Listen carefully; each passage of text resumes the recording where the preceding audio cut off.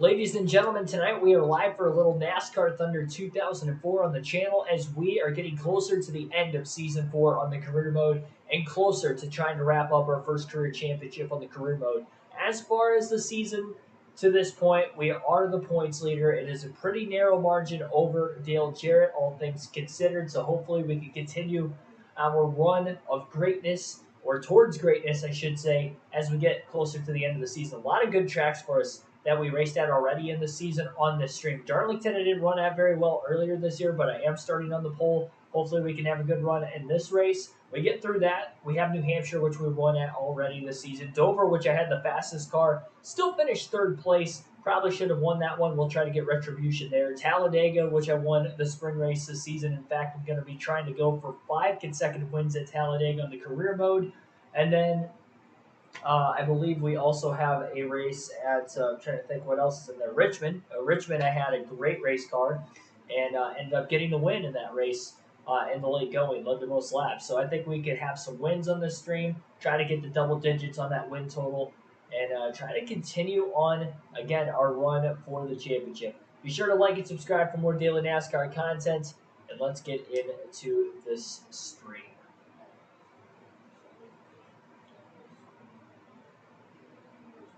I don't know why you're saying I'm late again. I'm right on time. Thank you very much. Yeah, the Red Wings are on right now. I wanted to watch it. By the time I got done with my workout, got home, got some food in me, here we are. I'd like to get back to the point of trying to get streaming schedules again. It's just, I don't want to guarantee I'm going to start the stream at a specific time and then not go through with it at the allotted time that I expect to be racing in this instance. The live commentary schedule on the weekends is a little easier, obviously, to predict that because the races start at a specific time. I'm sure you'll keep me updated on the score in the chat of the Wings game. I do have my Henrik Zetterberg jersey on. First Wings game of the season. At New Jersey tonight.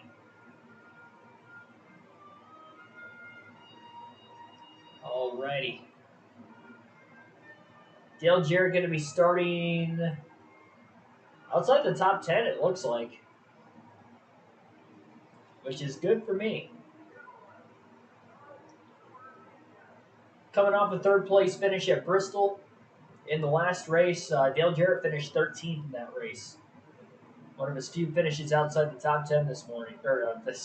Saw here, posted in the chat, it said this morning, this season, I should say. Put it out Tuesday morning. I don't know. That's the problem. Like, I put one out there, and I don't want to be late to a stream again. I was having that problem of doing that before, and that's why I stopped putting the streaming schedule up for during the week.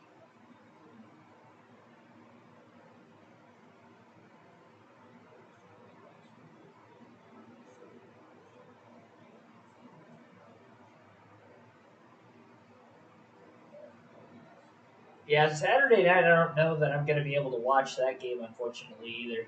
I'll be on my flight out to Vegas around that time.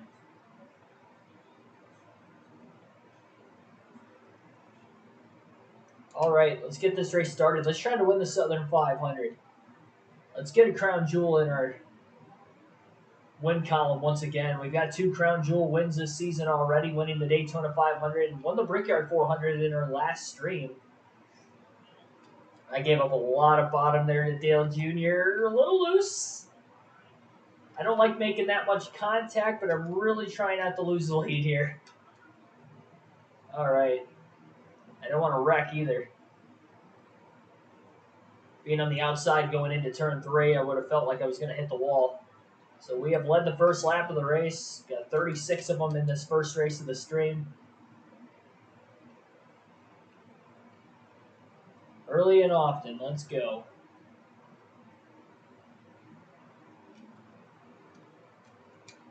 Billy Kramer, thanks for tuning in also. Yeah, didn't have a good finish in the first Darlington race this season. I think I had a decent car for that race. Definitely have a better car this time around. Qualifying on the pole was huge. I was really quick in practice too. Similar lap time in practice is what I ran in qualifying. I just gotta hope that on the long run I'm not going to be too loose with this setup because I thought about putting a half around a wedge into it to try to help tighten it up a little bit. Because you can see how loose it is getting into the corner this early in the run. It's a little skatey towards the end of the run. I would probably imagine that that would be the case. They only have to go 18 laps. It's our first Starlington stripe of the race, right in the middle of 1 and 2. The very light grays, though. It wasn't bad. Jimmy Johnson, that 48 car, trying to close in on us.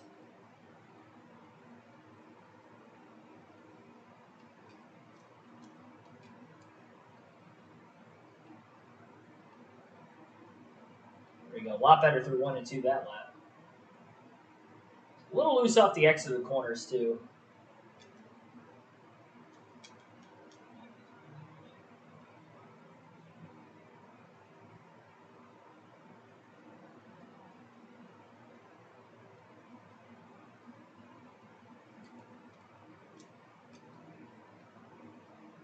This is for our 10th win of the season. Our next win will be our 10th win.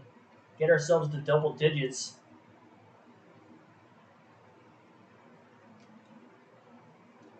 And I would probably, I don't want to guarantee it, because obviously we have a lot more races still to run after this, but I could see us getting multiple wins on this stream. I would not be shocked if we won 3 or 4 of these 6 races. Kansas is going to be a little iffy, because I was not good there last season at all. We haven't raced there yet this year, so that might be one that we might not run as well, so it's another reason why I want to be able to get some great races in here down the stretch, because I know there's going to be a couple of tracks left on the schedule that I was poor at last season, like Kansas. Homestead wasn't bad for us. Rockingham wasn't great last season, although we did have a good run there in the spring race, finishing second. Would have won if the picker didn't make a mistake. That's going to be big here with this stream, too. Picker's got to be on it. I will say last stream, they were on it. A picker, I don't think, had a single bad pit stop in the 6 races we ran last night. Gotta hope that that stays the same.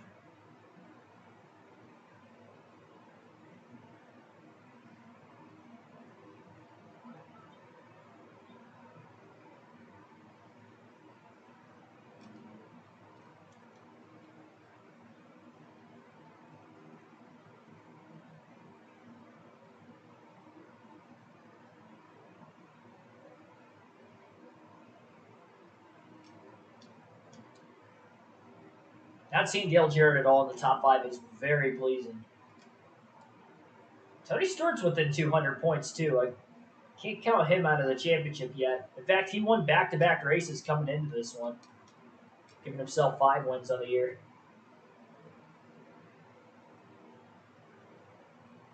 Oof. Second Darlington stripe. Lap 11. First one to 3 and 4. Woo-wee! Big loose moment there off turn 2. Stayed in the gas and kind of drove out of it.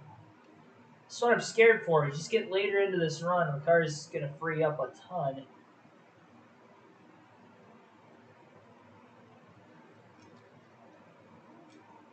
Just got to try to do as good of a job of not overcorrecting it as much as possible.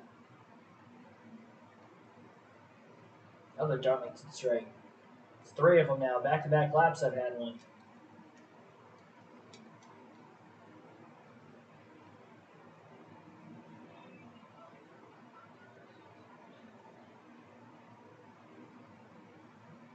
This car ain't perfect, but still think it's just fast enough to try to get the win.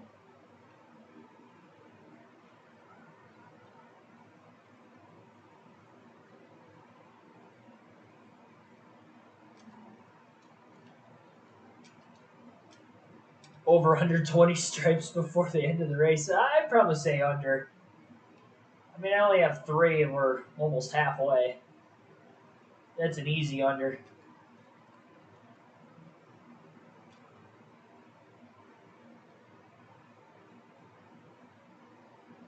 If you're counting other cars,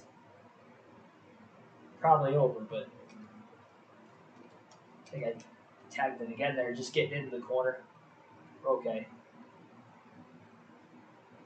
4 of them in 14 laps. We're still pacing on the under.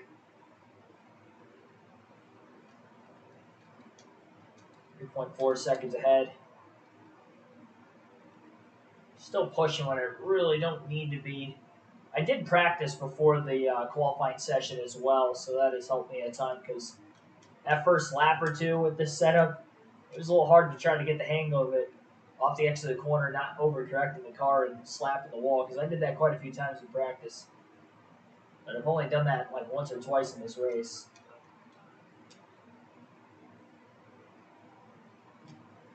They don't call it the track too tough to tame for a reason. For no reason, I should say. There is a reason they call it that. Because it is too tough to tame.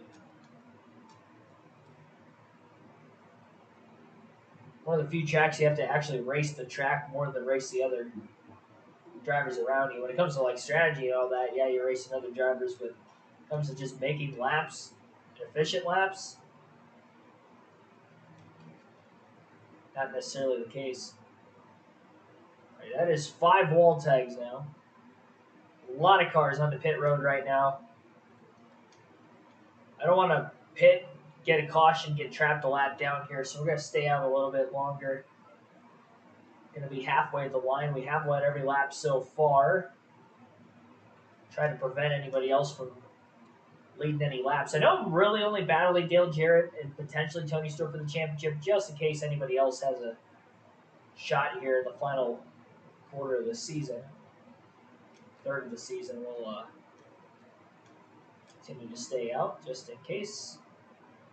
There's just so many cars on pit road, too. Wait for that to clear out a little bit for our own sake. 5.3 seconds ahead of Dale Jr. Oh, man, that's another Darlington stripe. That was the hardest one yet. That was definitely the hardest hit. It's number 6.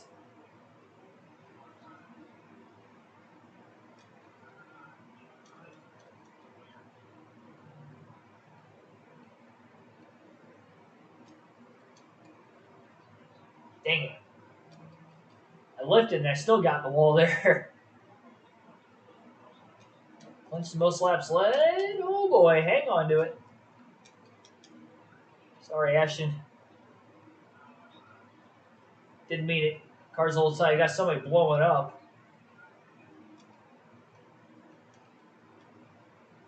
Somebody's blowing an engine. I didn't see exactly who it was.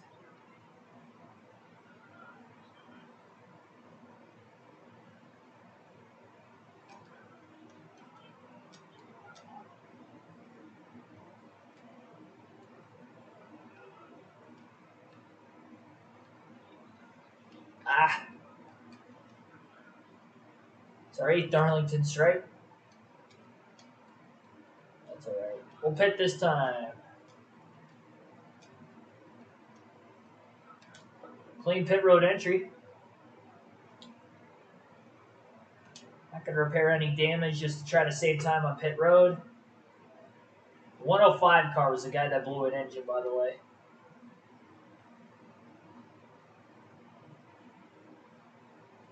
So we're sitting at 8 Darlington stripes in the green flag pit stops. We did pit past halfway. Clean stop, boys. Clean stop. Had about a roughly 4-second lead over Dale Jr. when we pitted. Starting to lose time those last few laps. I kept getting into the wall. The car really tightened up a lot. Middle off. Wow, what a pit stop. 15 seconds. That might be the fastest 4-tire stop I think I've had on the career mode yet. Here comes Jimmy. And he's just barely going to cycle out in front of us. Not by much.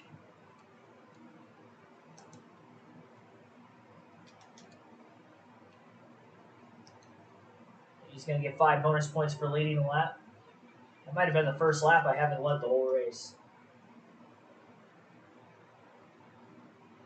All right. I know I'm faster than him. We've got the speed. We've got a couple lap fresher tires. Give up a lot of that time. It was a really fast pit stop. He just gave it all up because of pitting well after him. Just got to find a way to pass him. We're going to clinch the most laps left. I've got plenty of time to get around him. I'm not going to push the issue too hard here. As I say that, a little nudge and run. All right, well, I guess I raced him a little harder than I said I was going to. That's all right. And he's still holding on strong on the outside. I didn't push it too hard getting into the corner. Should have done that just to slide up in front of him. Try to just hold the bottom all the way around. There we go.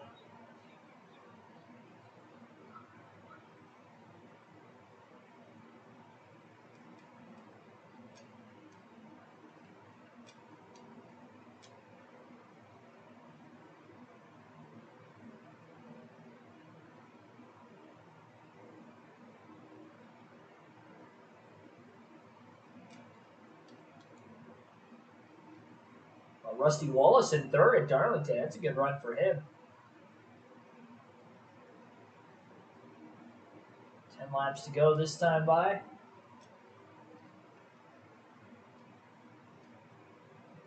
I definitely think we're going to have more wins than what Dale Jr. had those first 2 seasons when he had 12 in each. I don't see why we can't win 13 plus. We'll be at 10 after this race. There's tracks we've already won at this season, like Richmond, New Hampshire. We still have to go to Talladega. That's just 3 alone right there.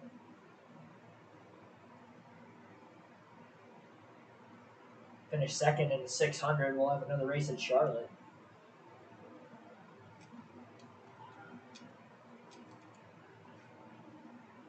Now we just got to get through lap traffic cleanly. Starting to build up a gap over Jimmy Johnson already.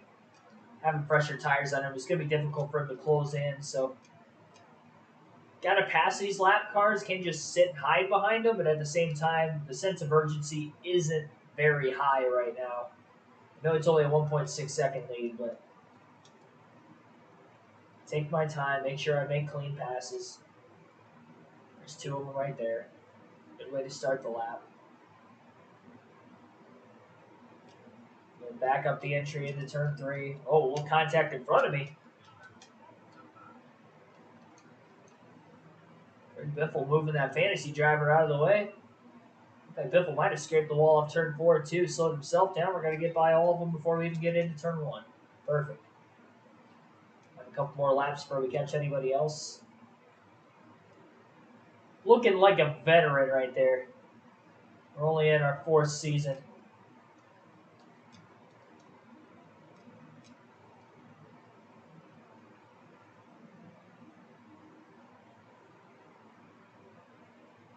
Shots 12-3 Red Wings. That's pretty good if the Red Wings are up 12-3 in shots on goal. Great defense. / terrible offense for New Jersey.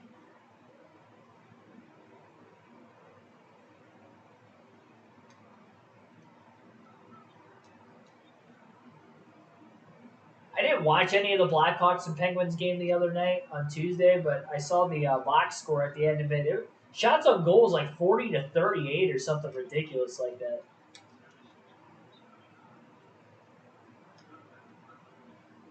And it's still a moderately low-scoring game.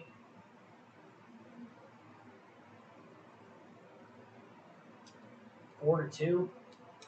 Average scoring game, but you have that many shots on goals for both teams. Like 78 combined. It's nuts.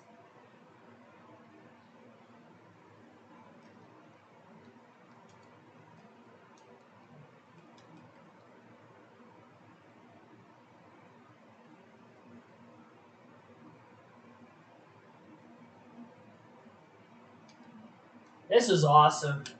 We're going to win a Southern 500. It's going to be 3 crown jewels we're going to win all in the same season.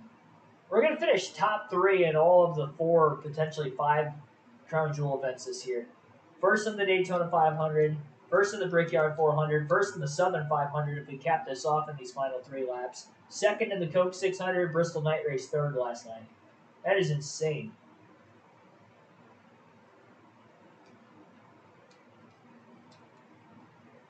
Big time races. We come to race. I'm not even going to attempt to pass anybody in this conga line of cars in front of me. We got a 4.8 second lead, just 2 to go. I'm just going to sit right behind him. Probably give myself a little bit more space too. There's nobody directly behind me either, so that's nice. Stay a little bit behind him just in case they make contact with each other. I'll have time to try to check up some.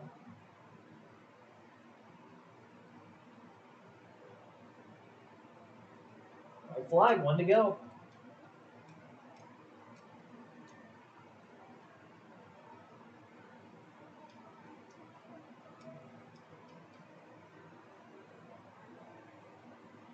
Sounds like the Red Wings are winning the first period, even though it's still scoreless.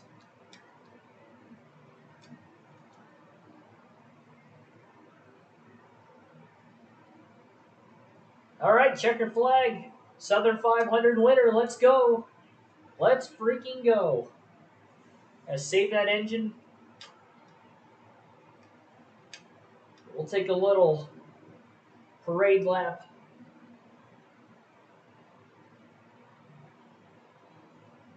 All about saving engines here. What are you racing?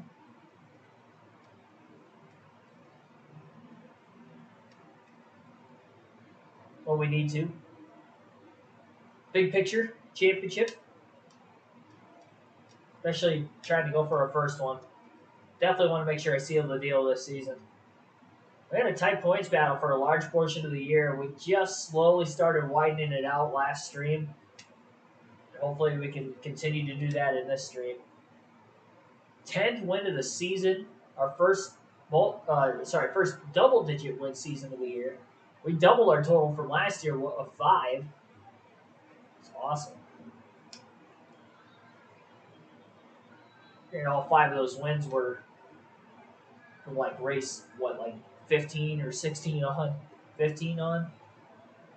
But yeah, what a job well done right there.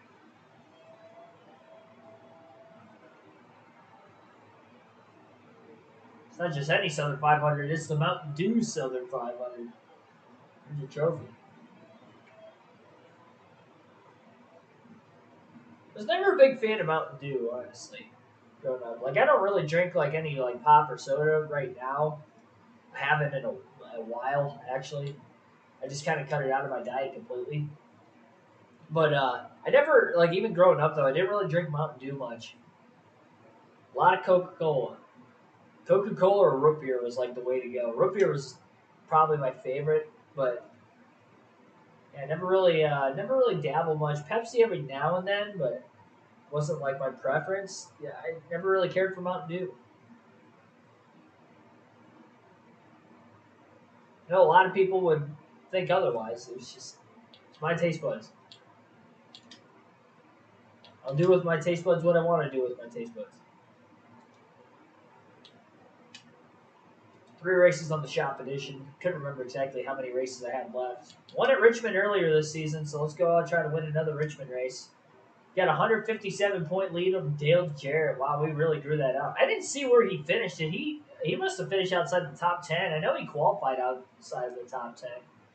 That's 2 races in a row he's failed to finish top 10, and we've really grown that lead as a result. Max points day here obviously didn't lead a lap at Bristol. Or no, he did lead laps, but finished 3rd. And it started the pole in the first 4 laps. Tony Stewart's 271 back now, so he lost 80-something points. I don't think he had a very good finish either. That's what I like to see. That's some good stuff right there. 14 poles, 10 wins. 18 top fives, 21 top tens, average finish of 7.6. Somehow, after all of this, having almost a one race lead to the point standings over Dale Jarrett, he still has a better average finish than me. Kind of a rocky start to the season. AW, it was always Muggs for me. Muggs is probably my favorite. 1919 root beer? Seen it at the store. I've never heard of it, honestly. I don't drink pop anymore, so I never really go out of my way to look for it. So that sounds newer to me. Yeah, I always drink Mug though. Mug's root beer was always the go-to for me. I'd always love going to the county fair and getting a root beer float. Oh yeah, those were the days. I'm gonna have to do that on a cheat day one of these times. I don't know how I'm gonna go about getting that. My birthday's in the summertime. I guess I can go to whatever local county fairs, whatever county fair in my area of Northwest Ohio is running that weekend of the year. Couldn't tell you. I don't really go to the county fair on my own. I always used to go to one because there was some horse racing, and my grandpa's dad, a long time ago, he built that horse track specifically. I think he built it. He either built it or he owned it at one point. Whatever the case was, it had something to do with it. So they have one of the races there every county fair when they have the horse races there. That at that horse racing track that they honor in his name. So we always went for that race. But I haven't gone. I haven't gone to that myself since it's been a while. I mean, it's probably been it was probably 15, 16, somewhere around there. I think pretty much once I started working, about 16, because I was always working during it, because it would be during the week. It was usually on a Tuesday or a Wednesday.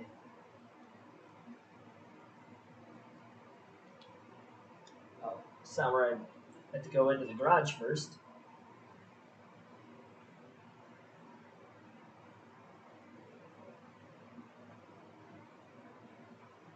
Yeah, a lot of people I feel like have been making that switch to diet.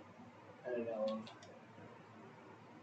I always actually preferred Coke Zero over straight regular Coca Cola. I felt like it was almost too sweet for me. Not a huge sweets guy. Although I do have a couple cheat days a year where I gorge myself with sweets, but not every time though. Like my birthday this year, I barely had anything. Just wasn't feeling it. It was my cheat day, and I think I only had cinnamon rolls for breakfast. That was just the only cheating I did. So we need another speedway. Actually, let's get a super speedway body going here. So get that ready for Talladega. So we'll go super speedway body. We got to wait one race on the chassis and the engine, which is fine because we'll still have it ready to go.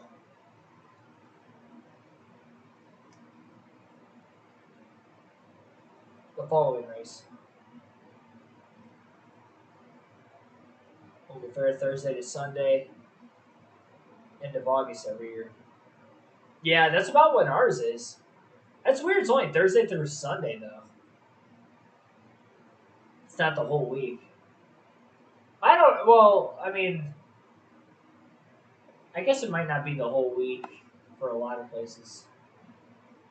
Because you have to, there's a bunch of setup process. I will say that fair that I went to specifically growing up all the time, for one, it wasn't even in the county I lived in. My grandparents lived in that county, and then for two, I think it started on a Monday. But even when we went early in the week for the horse races Tuesday and Wednesday, they didn't even have all the rides up. They had some, but not a lot because it was still early in the week yet. That stuff wasn't usually ready to go until Thursday, Friday, Saturday, Sunday, around that time. That seems reasonable that they wouldn't even start it until then. I think if it wasn't for the horse racing, they probably wouldn't have started it on a Tuesday or something. Let's see. Get the short track. ready to go. Somewhat. It's going to be the same car we had at Bristol.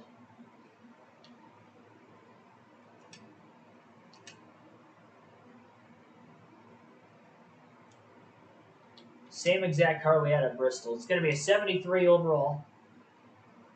And we're obviously taking it to Richmond.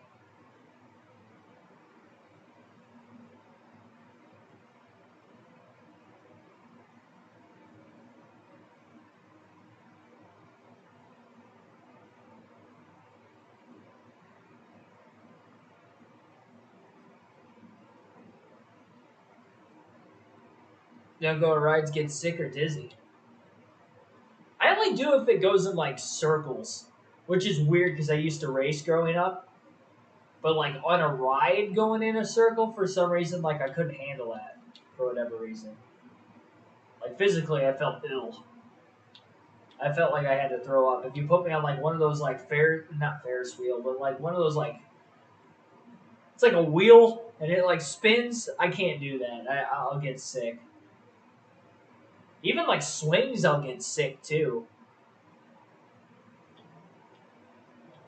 It's something about going in circles. I get motion sickness. I can ride roller coasters. I'm perfectly fine, but yeah, get a little motion sickness going in circles. It's weird though because I raced and I never had that issue when I was ever racing growing up, but I raced on ovals, dirt ovals.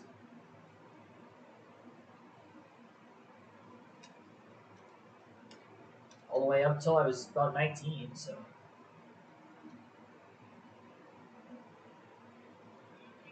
there we go on the pole at Richmond.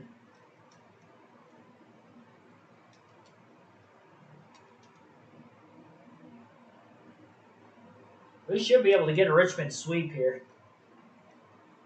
This would be a new trophy to add to the trophy case if I win this race specifically.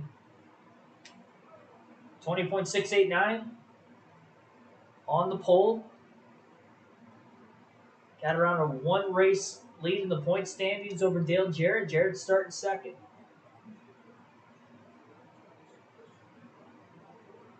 Did I race on any roval? No, not on dirt. They don't have dirt rovals. The tracks weren't big.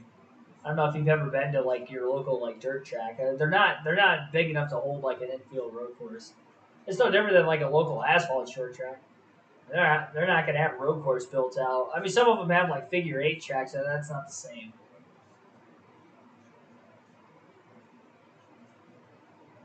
The zipper? I have no clue what that is.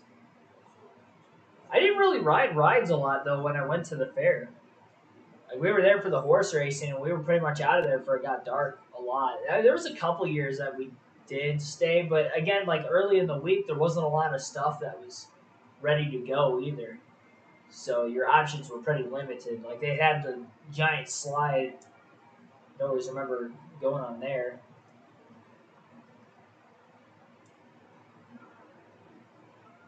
It's not really a ride, but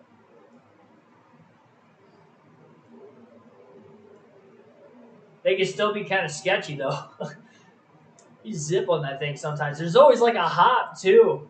It's like somebody could go right over the edge like very easily if they're light enough and have enough speed that they're carrying down that hill.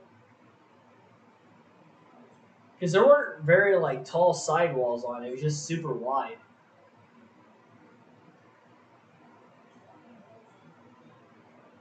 It's amazing. It's amazing to me that like local county fairs and stuff don't have more fatalities in a year than what. Like amusement parks, they go through so many safety checks, but I feel like OSHA is like non-existent when it comes to local county fairs. Like how does half the stuff they even put up legal? All right, green flag. Dale Jarrett was the one I had to beat in the first Richmond race. Starting outside pole, might have to beat him in this one too.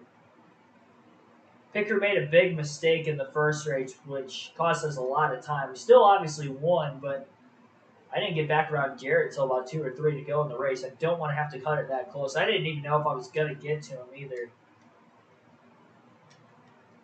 Struggled a bit in lap traffic, so we need to open this up on this first run.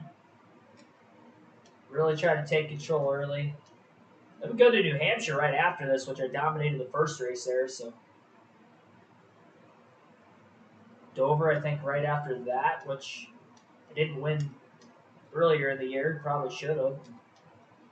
And we have Daggett. I mean, yeah, these first 5 races of this stream, I think Darlington was probably going to be the hardest to win, and we already won that one. Let's go out and win some more.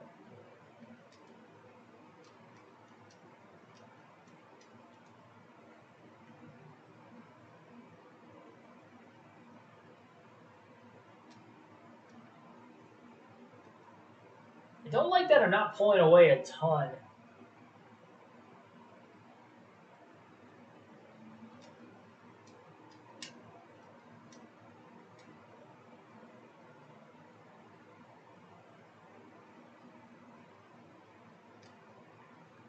Dale Jr. got the P2 pretty early around Dale Jarrett, and just kind of hanging there. Right around a second. Yeah, right around a second off the lead.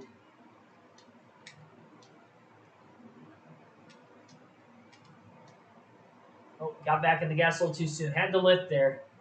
I lifted in time, and I kept it off the wall at least.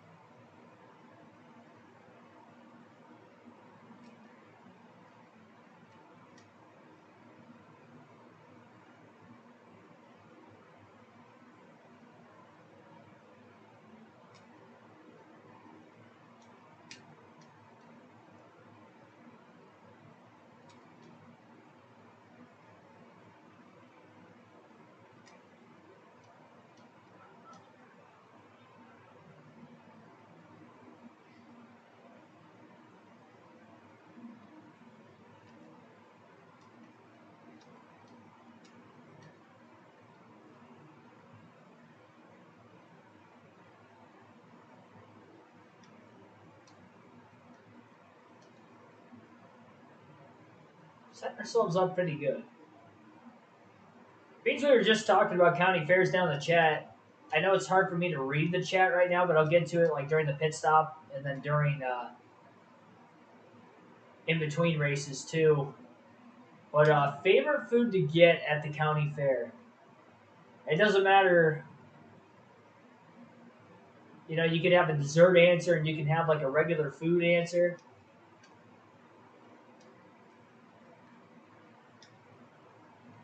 I kind of already prefaced my dessert with the root beer float, but the go-to for me was always the cheese curds.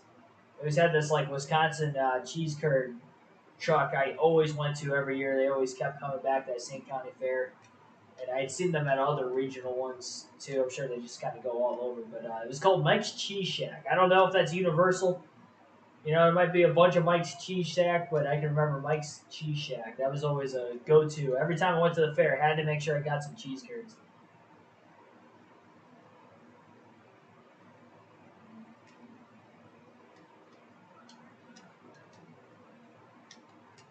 With the ranch and or marinara sauce.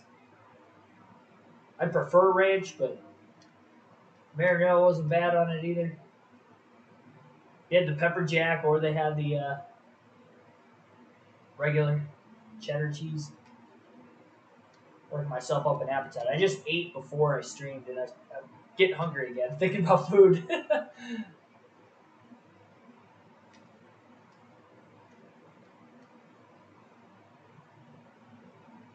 Deep fried Oreos. Yeah, I feel like a lot of people go for that. Yeah, the only other dessert one I would get on a semi-regular occasion whenever I went to the fair every year was elephant ears. We'd usually bring that home, though. You wouldn't usually eat that there. We'd always grab them, like, on the way out. Because usually I'd end up staying the night at my grandparents' house for like a day or two that week of the fair. So like I would just kind of snack on that while I was still over there. But yeah, the Mike's Cheese Shack was always a must. I definitely had a root beer float while I was at the fair that 1 or 2 days that we would go. Big cheese guy. Not as much as I used to be, like for no particular reason. I feel like now I have like peanut butter way more. Well, now I'm in like my workout slash protein phase of my life, and that's kind of taken over. And now I like have peanut butter with like everything. But it used to be cheese. I still like me some cheese, but the oh boy, overcooked the tires a little bit there. A little too deep into the braking zone into turn one. Got to talking about food and missed my line a little bit. The tires are wearing out quite a bit. You can see up on the upper right hand corner of the screen, both the front tires in the red. That tire wear indicator. Junior was hanging on there for a while, then we really started to pull away from him. Once we got into lap traffic, started getting through it a lot better than him. I'm prepared for guys to start pitting in front of me, and I'm checking up early. I'm not going to ruin this race. I'm trying to be as smart as possible. I'm trying to pick when the right time is to make passes, when to just kind of sit back. Important to do that when you build up a couple second advantage like this.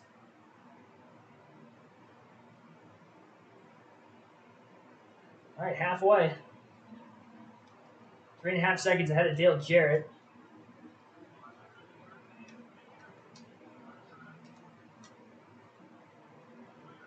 Really like to have Dale Jarrett not lead any laps.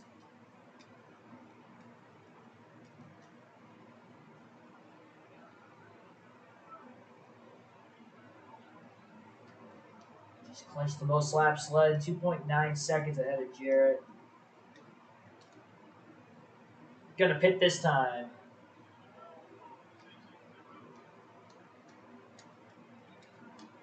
And I'll stay on one more lap.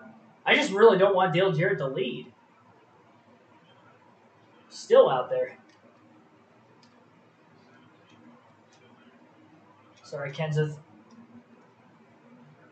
Big wiggle there. I'm giving up a lot of time, by the way, on these older tires.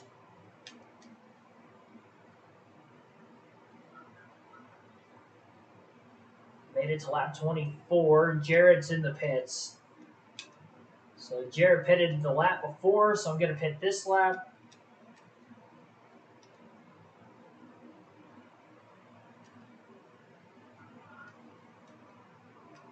Contact there with Elliott Sadler. All right. 4 tires and fuel.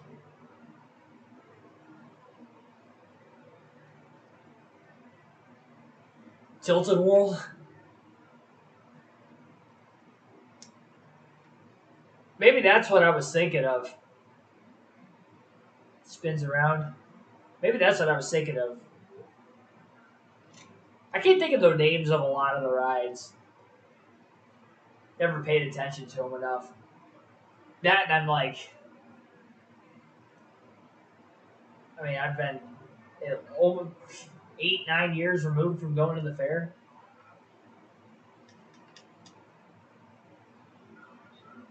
All right. So we are in P3. I believe whoever's leading this race still has to pit.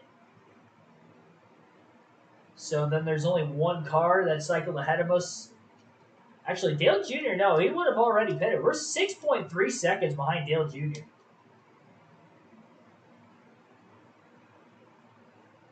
So he had a blazing fast pit stop. He must have been one of the first cars onto pit road.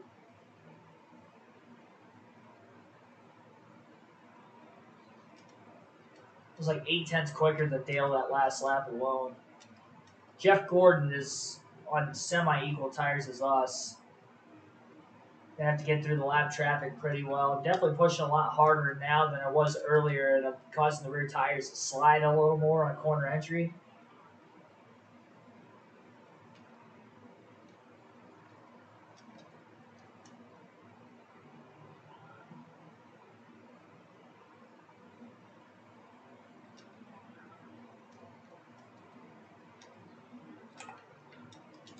Dang it. Part of the problem is I'm catching too much of the apron.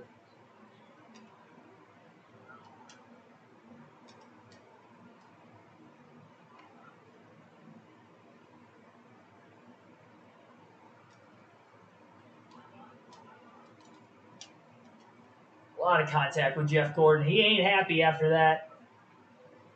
Might have leaned on him a little too much there. Really wanted to get around him so I can just go.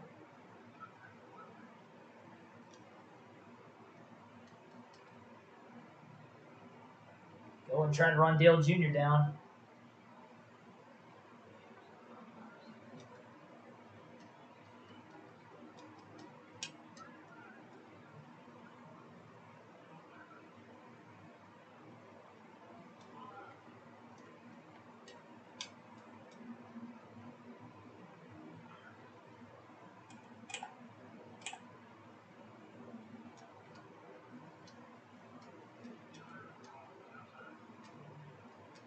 Victor had a pretty clean pit stop, but Dale just pitted so much earlier than us. We ran that run as long out as I could have because I was just trying to make sure Dale Jarrett wasn't going to lead the lap. And that might have costed me the win. Staying out as long as I did.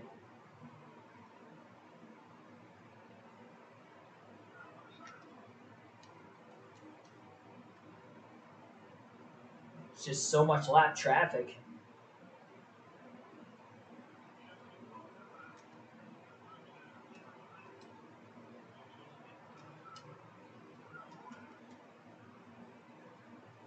A lot of contact with Joe Nemechek there.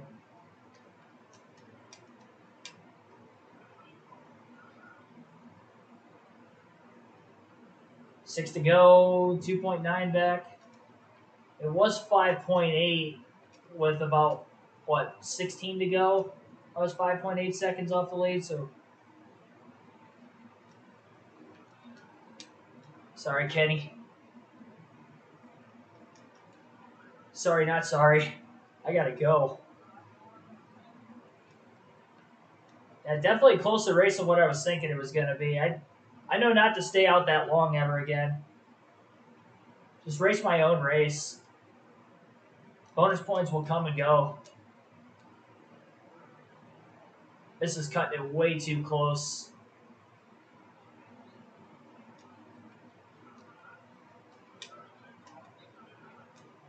I'm getting through the lap traffic well enough to catch him. I should still get to him with probably 2 to go if I had to guess. Push it really hard there. Too hard getting into 3 that time. 3 to go.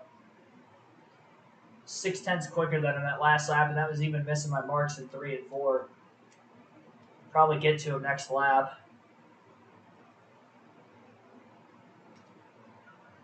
Sure I don't miss my mark into turn 3 that time. There we go.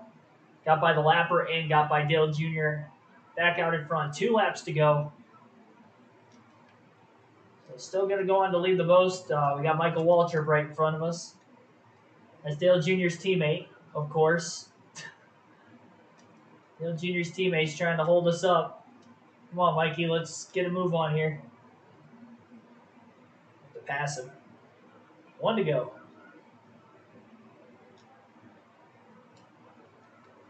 All right, so I ran that out a little longer than I should have, but it's still going to work itself out. We're still going to get the win.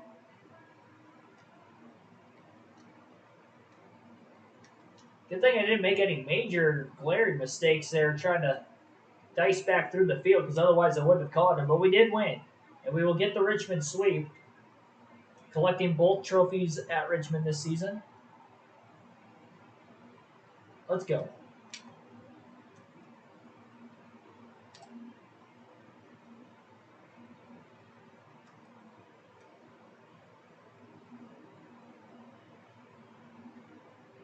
I don't need the short track engine for at least the next few races. I'll have one built in time for Martinsville, so let's burn it up. Here, ticking. Blow her up. There we go. Yeah! 11 wins on the season. Let's go. Didn't beat it up too bad. Max points day it is.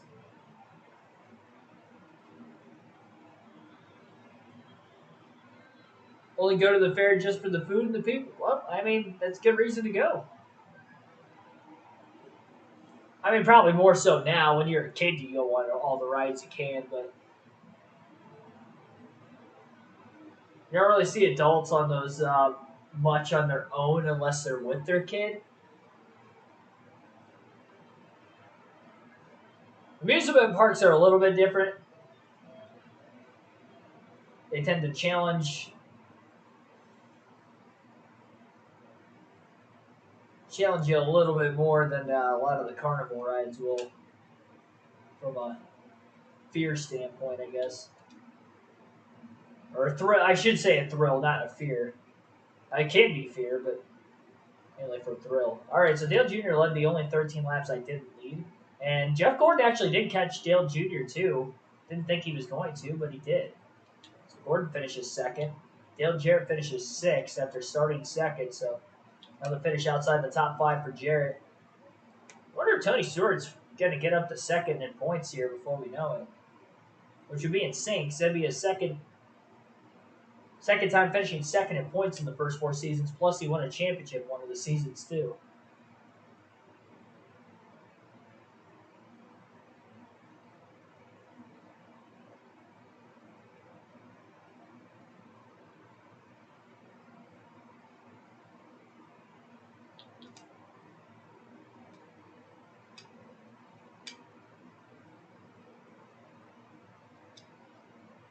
$192-point lead over Dale Jarrett. I mean, Stewart's still over 100 points behind Jarrett right now.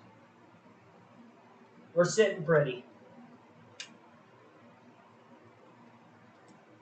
Still have a worse average finish than Dale Jarrett. 7.0 for Jarrett, 7.4 for me. 19 top fives, 22 top tens. 15 poles, 11 wins. I mean, I'm at the point now I could qualify on the pole pretty much about anywhere.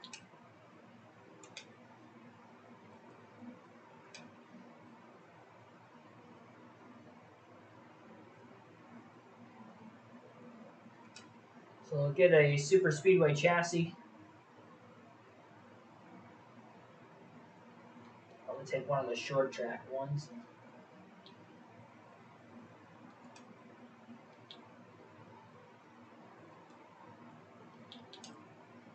Trying to build it back up. Yeah, we'll do that.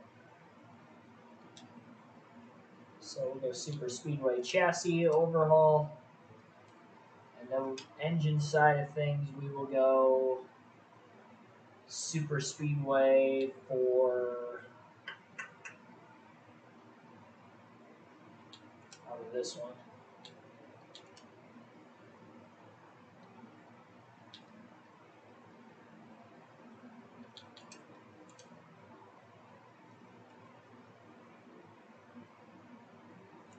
They're racking up so much money on this season right now, too. 2 more races on the shop edition. And we will go to New Hampshire next.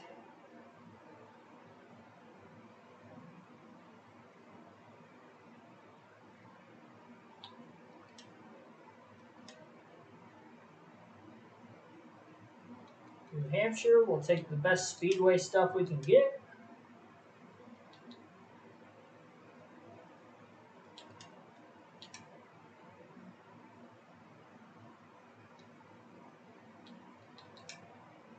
'73 overall car rating.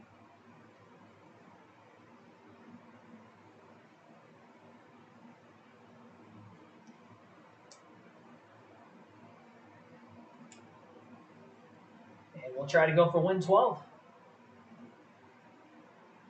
Also try to go for 3 in a row for the second time this season, which I should easily be able to do.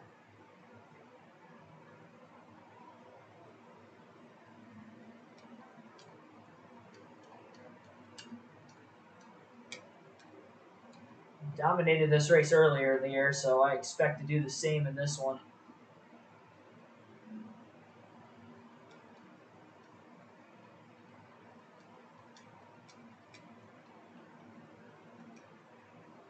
A lot of grip. Tons of it. Pull.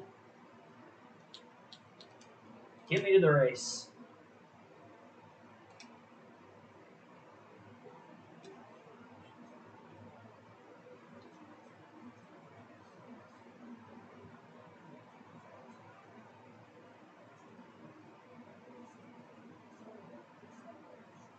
We're definitely building ourselves up quite a cushion.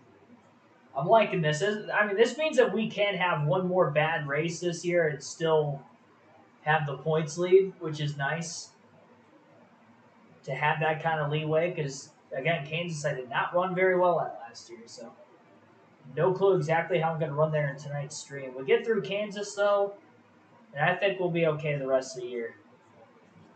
No more DNFs. Obviously, freak things can happen. We got the big one at Daytona wrecked out of there, so even though Talladega is a race I can win, we can get caught up in the big one there and get taken out too. So we still have enough races left on the schedule. It's not locked up by any means, but we're getting there. 10 races to go. The big thing is just getting through these 4 races tonight. Just take it one stream at a time, and then we'll just worry about the final 6 tomorrow. Sonoma getting repaved before 2024 races. I think I remember seeing that. Or at least it was rumored that that would be the case. It's a pretty old surface.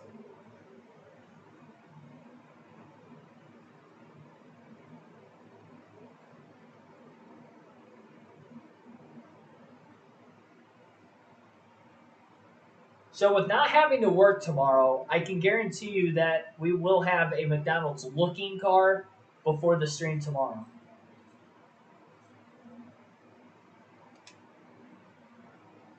All right, let's get after it. Oh, shoot. Forgot to shift.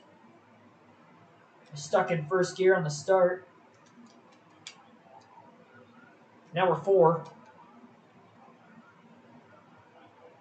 Junior and Gordon make contact with each other there.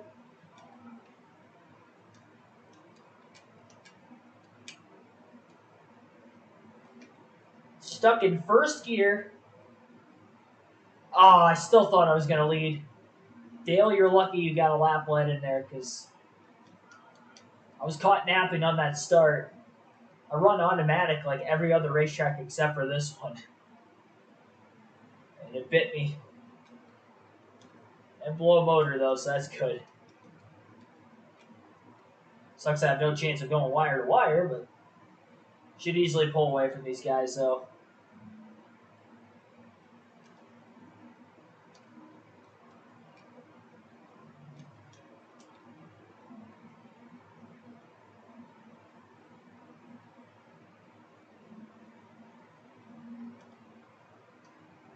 I just don't work on Fridays. Unless I pick up overtime shifts, which I'll do from time to time. I actually meant to yesterday. I meant to pick up for 6 hours from noon, or 6 to noon. And then as I was driving home, I literally realized I forgot to sign up. Like, I was intended on going to bed as soon as the stream was done and going to work. I was like, I didn't even sign up. So, oh well. Hopefully they have it next weekend, and I'll do it then.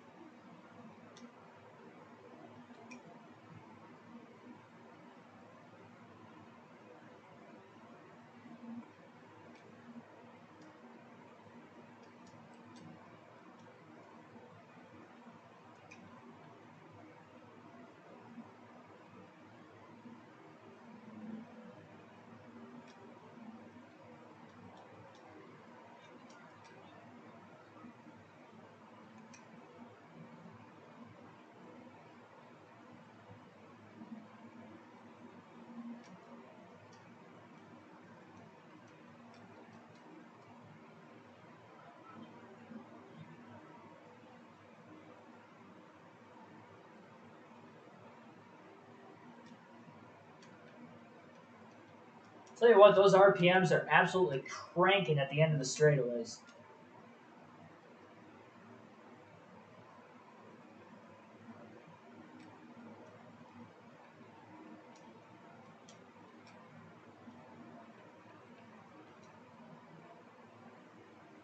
Back the corner entry up a little bit that time.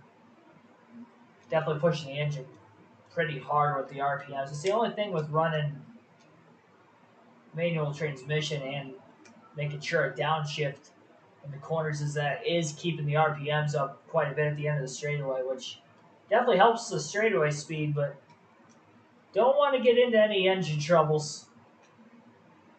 So definitely got to make sure I'm hitting my shifts at the right time.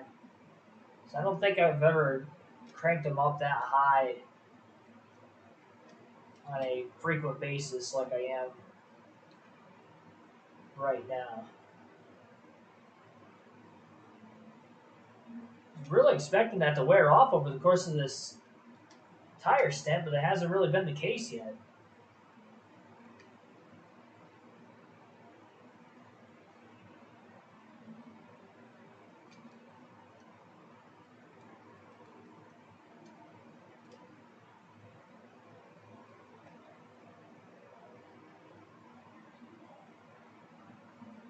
T Domo 2, thanks for tuning in.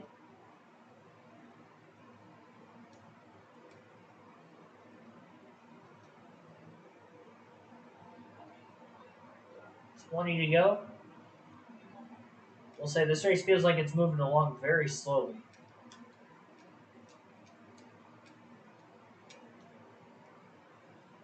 It's 2 races in a row. Dale Jr.'s going to steal 5 bonus points. Having a second to third place car both races is going to help him be able to do that.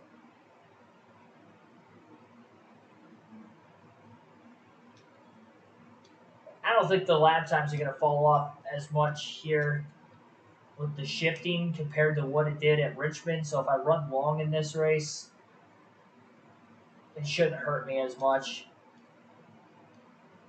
Honestly, I'll probably have a bigger lead leading into pit stops in this race anyway.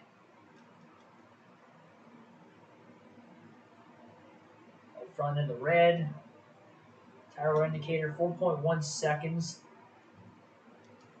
off the race lead is Dale Jr.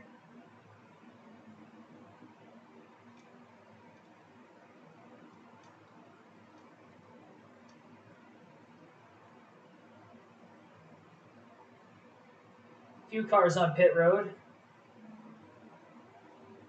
Short pitting.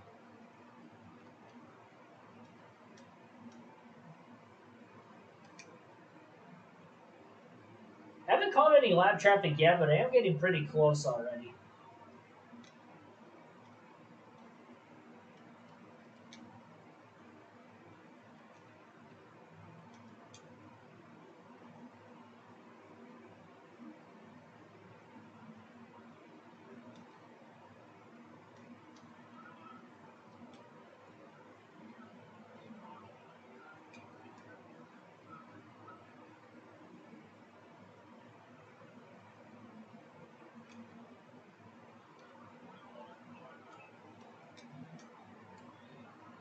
Oh, we got trouble.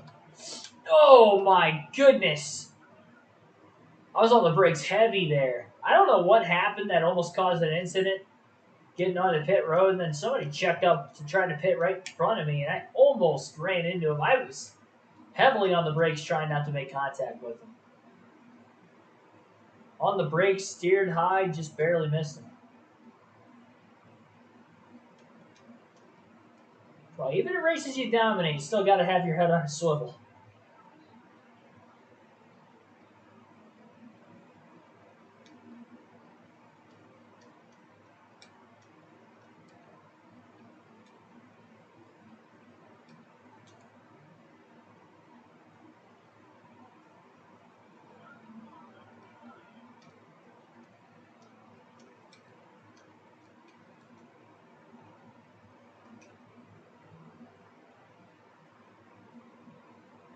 All right, lap 18.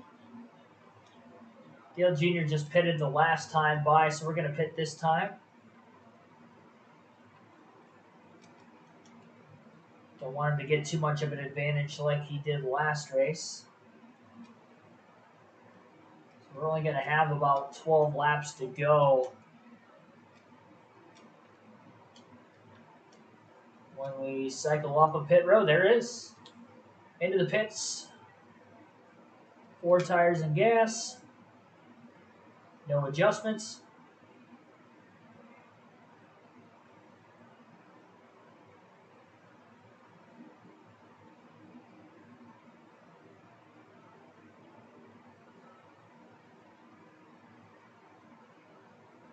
Get a lawyer to fix water damage? Are you... I don't know what the water damage was caused by.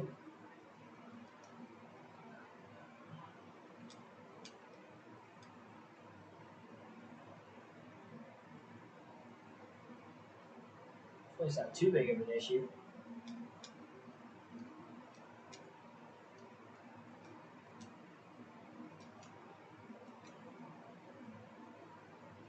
I don't know what a lawyer can do with that situation. I don't know what caused it or whatever.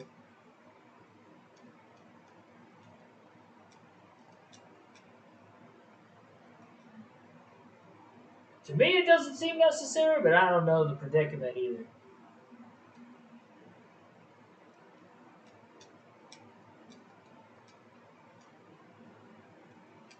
Oh, was he trying to pit there? I'm confused. Well, Herbie Sadler not pitting yet. 10 laps to go. He's still on the racetrack. Herbie Sadler leading laps at New Hampshire.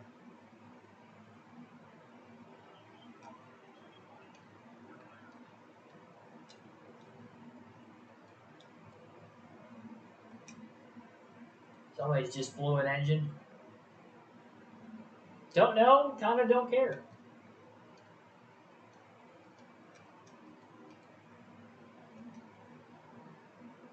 I want to know how Herbie Sadler in the 02 car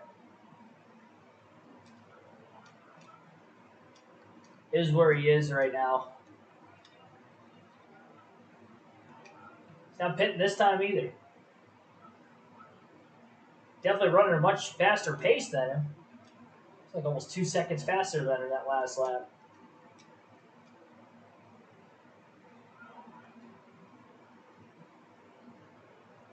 There he is. Gonna get by him into turn 3. Leaning on me. Is he trying to pit? Yeah, he is trying to pit. Just cramming his way down to the bottom. Alright.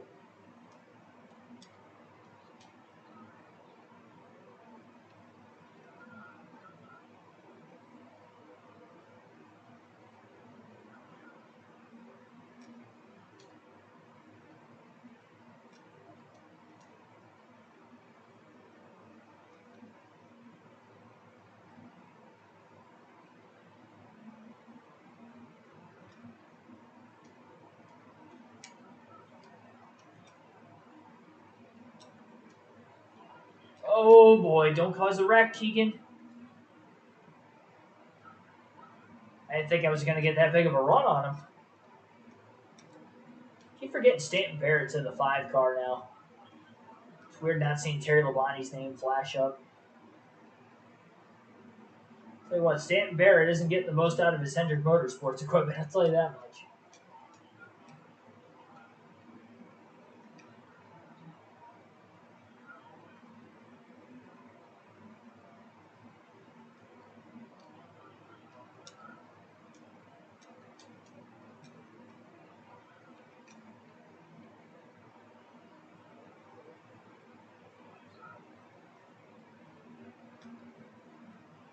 Jesus, Kenny?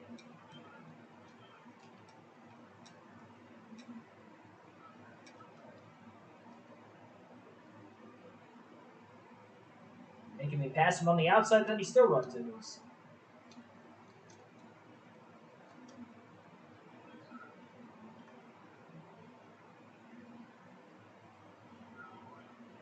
3 to go. Jeff Gordon's in second again. Catching Dale Jr. late in the run just like he did last race.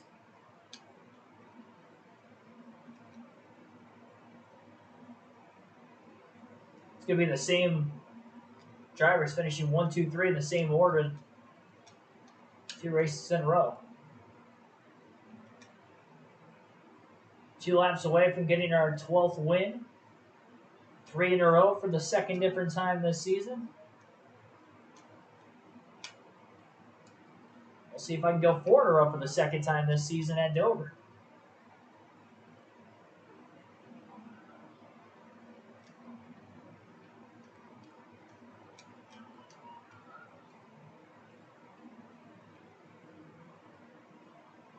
Red Wings up 1-0. Awesome. 6.1 seconds ahead of Jeff Gordon. Gordon slowly pulling away from Dale Jr.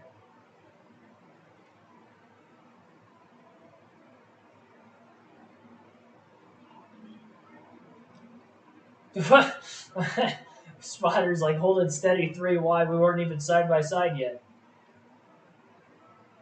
3 wide as I'm single file. Nose to tail. There we go. That's a win. Let's go. Keeping the win streak alive. Billy Carjoy, thanks for tuning in.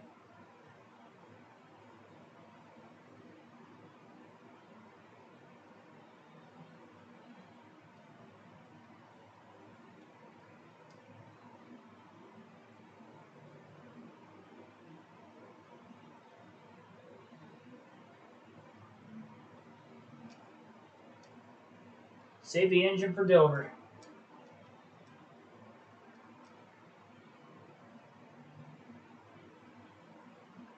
Thank you.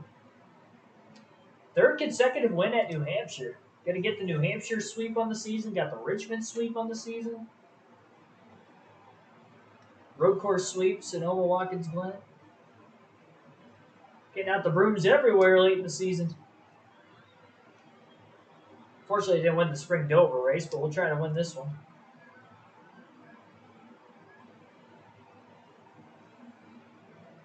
Let's go.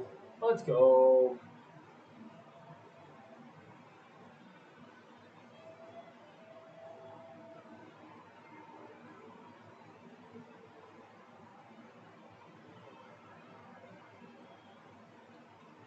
Second time winning this trophy.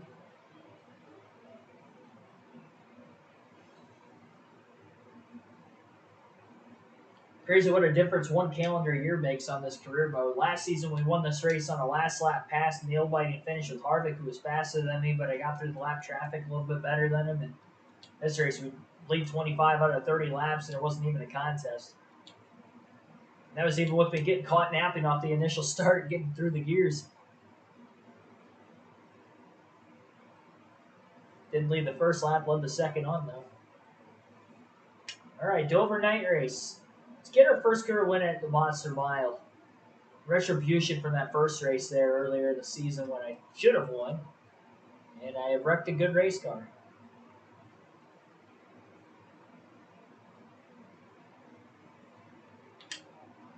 Should have over a 200-point lead over Dale Jarrett now.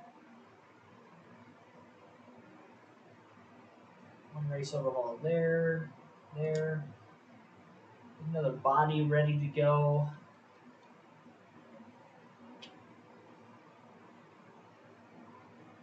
After Dover, we have Kansas. So I'll get another Speedway body going.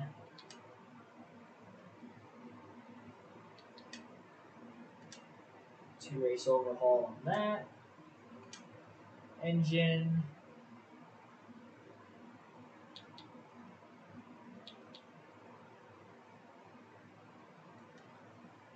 And the chassis gonna have to wait another race. One more race on the shop edition.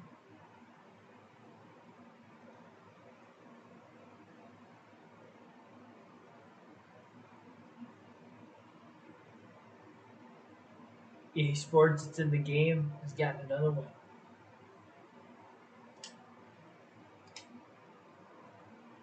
Alright, on to Dover. Going to use the same exact chassis, probably the same engine. Um,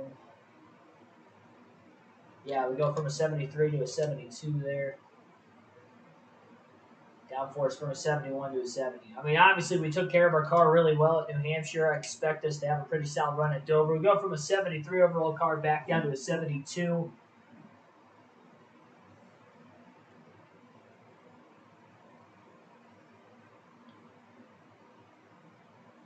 But we should have the fastest car like we did earlier in the season. If we don't, I don't know why we wouldn't. But I'd imagine us having the fastest car. So let's just make sure we capitalize off of it this time. And we can get this win.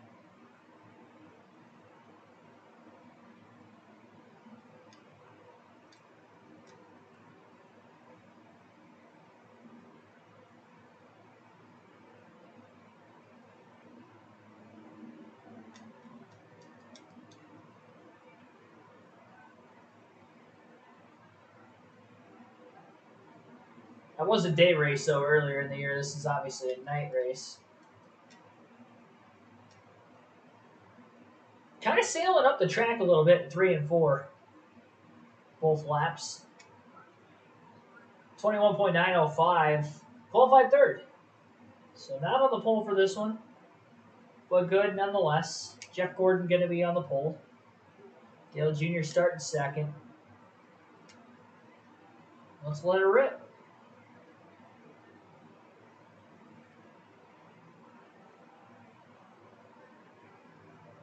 Good launch off the start. We're going to go from third to first. Oh, I couldn't quite clear Jeff Gordon there. Should stay underneath him, though, into 3 and 4. Let's go. Third to first in the first lap. Didn't have to qualify on the pole. Still got out in front. Let's go.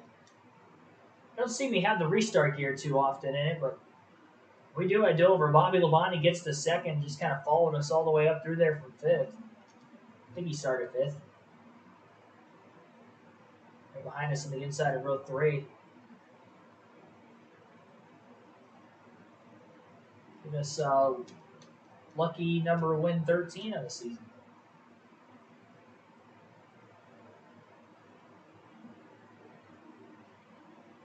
Tie the modern era record. I would like to break Richard Petty's record for the most wins in a single season of 27 at some point in this career mode. It's going to be tough. That means I have to win all but, well, to break the record, I'm going to have to win all but 8 races. I'd love to try it, though. I think we get really, really fast down the line, we can do it. I mean, obviously, we're going to have a lot this season, but we're still going to be like double digits behind the record. That just goes to show how much work we need to have to try to capitalize off of that. Any race I have a shot to win, I have to capitalize and actually get the win. That's the big thing. We squandered like 2 or 3 opportunities in the first like 9 or 10 races of the season. And we could be at 15 wins right now, but we're not. We're at 12. Some of it was me. Some of it was the pit crew. And one of them was this racetrack. So I'm going to make sure I stay focused for all 40 laps and not wrecking. I wrecked it on the first run, like right around like lap 13. It was getting a little tight, middle off. And I didn't lift enough in the corner, got in the wall, and definitely could have done more to try to save it. I thought it was just going to kind of bounce off the wall and go. That was not the case. I hit the wall, grabbed to it, and wrecked. Definitely don't want to make that mistake again. Because the car handles really well. I mean, the handling race car is probably the best I've had this season. It's very similar to what I had earlier in the year. From speed and handling. When you have both, you got to capitalize off of it. At least it gives us something to race for in the spring Dover race next season that I haven't gotten that trophy in the trophy case yet. Hopefully we add this one to the case in this race.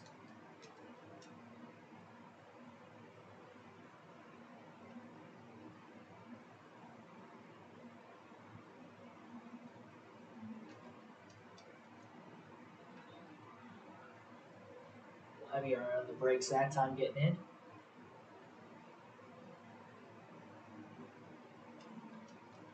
We'll have to worry about lap traffic at some point in this. Hopefully I have a big enough lead that I don't have to push hard trying to get around them because I haven't really had to obviously worry about any lap cars. Definitely going to be a little harder to pass them here than at New Hampshire, I think.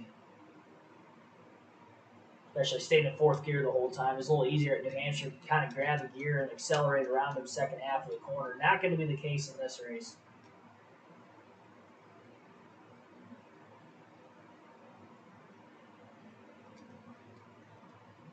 And I have speed, but I don't think I have enough speed that I can stay out as long as I can like usual.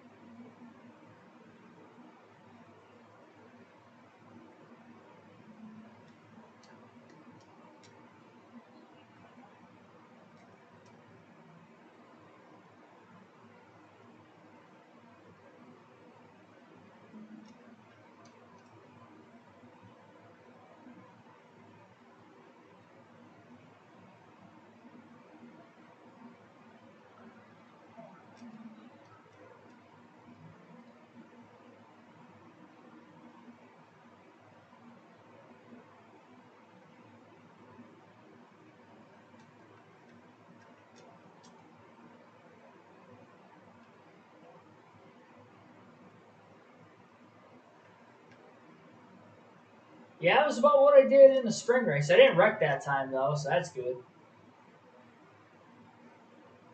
So yeah, right around lap 13, 14, it just starts to get tight on me.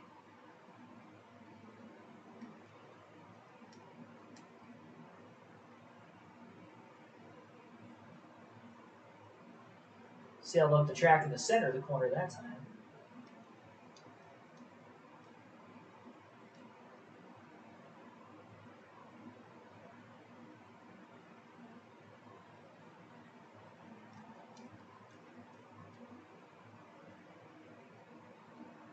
Bonnie's still in second, having a good run. He might have won this race earlier this season. I can't really remember to be exact. I know he does have one win this year, if I remember correctly. And it might have been this race. So maybe no surprise that he's the guy in second right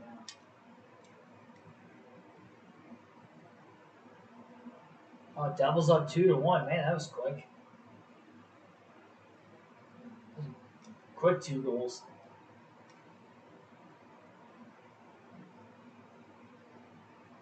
Might be able to catch the end of the game. Time the stream comes to an end. Catch the end of that and then watch the rest of the Thursday night game tonight. And that'll be the rest of my night. Close to our first lap car. Christian Fittipaldi. Should be able to get by him pretty easily. Nobody else around him. A little break before we catch anybody else. Honestly, probably won't catch anybody else until pit stops take place.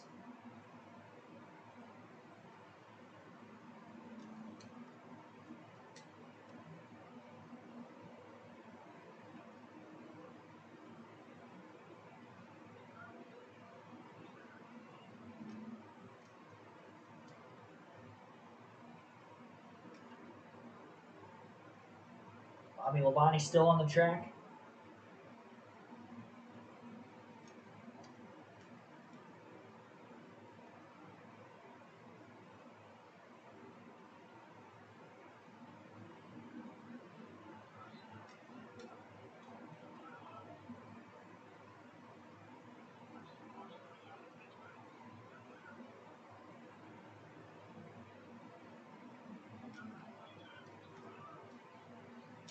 Gonna pit this time. I saw Ward Burton there. I'm just gonna let him pass, then dive down. Exactly what I did. There we go. Perfect pit road entry. 4 tires and gas. No adjustments.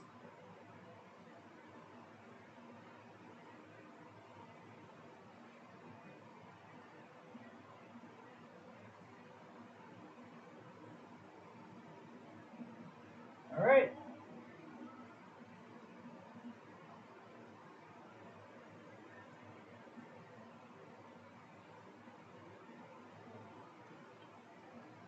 Clean stop, boys. Let's go.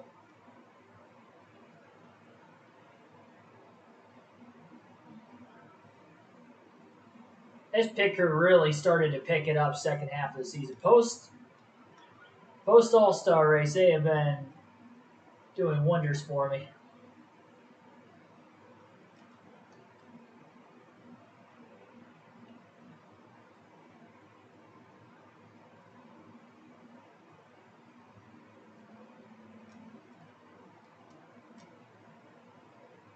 Race leader's on pit road right now. We'll cycle back out to the lead again then.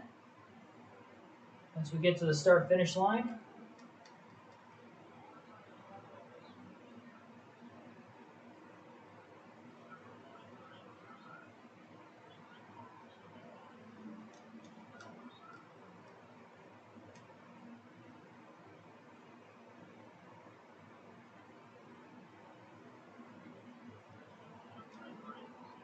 Break a little early for Heavy Sadler coming out of the pits.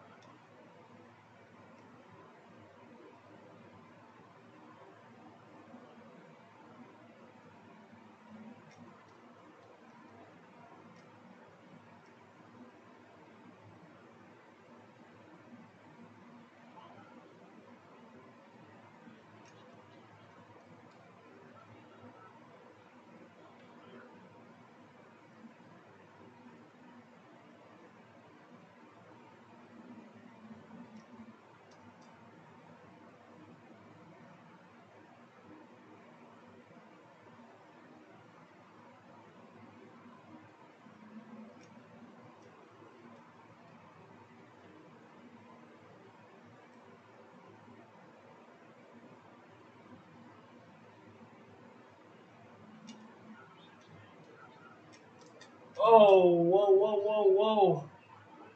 I was hanging on him forever. Oh, no! Yeah, Biffle tried to end my race there. Wow, he tried. I got a little tight trying to pass him the corner before that. Same corner, really. Wow, that could have been terrible.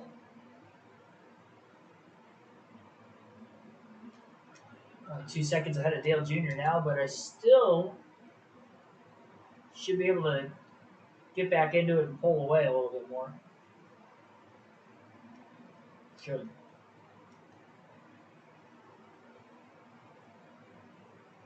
Yeah, that was definitely a little close for comfort.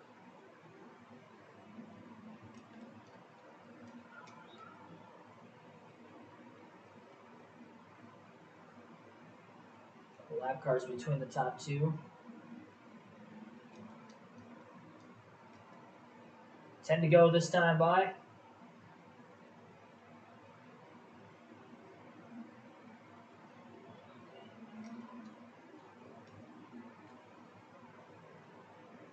.6.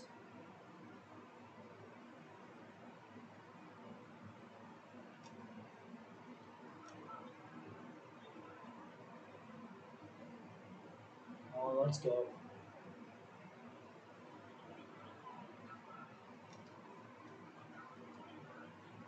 Sliding up in front of Kenny Wallace. Another close call. He crowded me quite a bit on the front stretch. He had so much speed, I was committed to passing him. Alright, so there's been a couple instances where this race almost got away from me.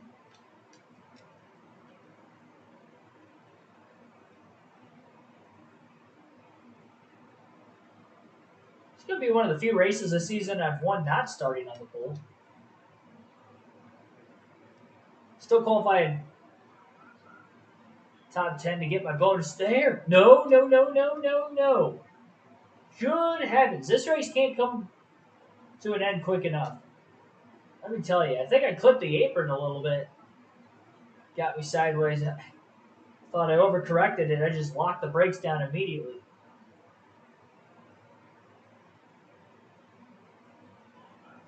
Didn't get loose off the apron that time. Finally got by Stanton Barrett. Good by the 57. 2.9 seconds over Dale Jr.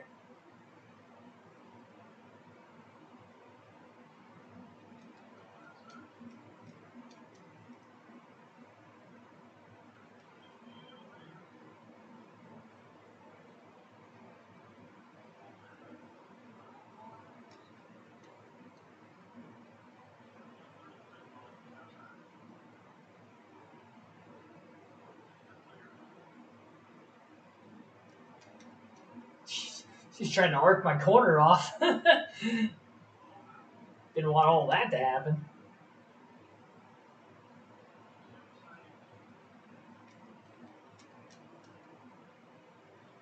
As I touch the analog stick a little bit too much, getting into the corner.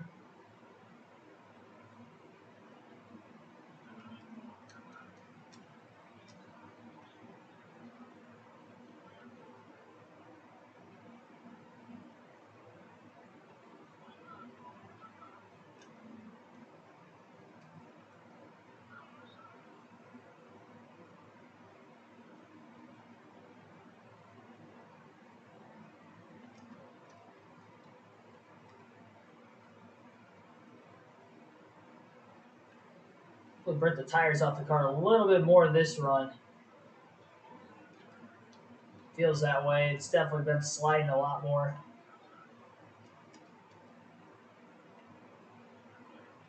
Oh man, I did not get a lot of room to make that corner, and I was going to get it to sticking up, and I did not. We're okay though. Put the white flag this time by.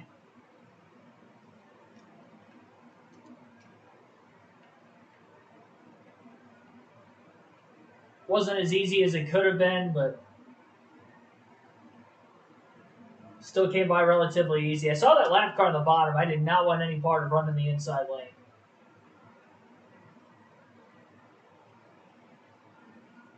That's a win. Let's go. 4 wins in a row. Second time this season I've done that. I'll save this engine. Do a little Polish victory lap.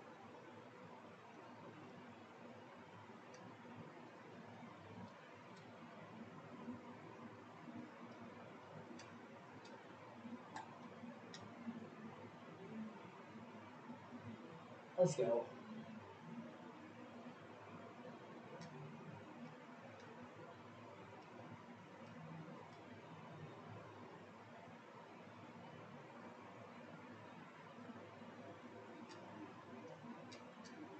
Kind of hauling the mail with this Polish victory. This ain't a cruise. This is a. Oh man, it feels weird coming off the corner full speed the opposite direction. All right. That was a dangerous Polish victory lap. That's what that was. Pretty safer barrier too.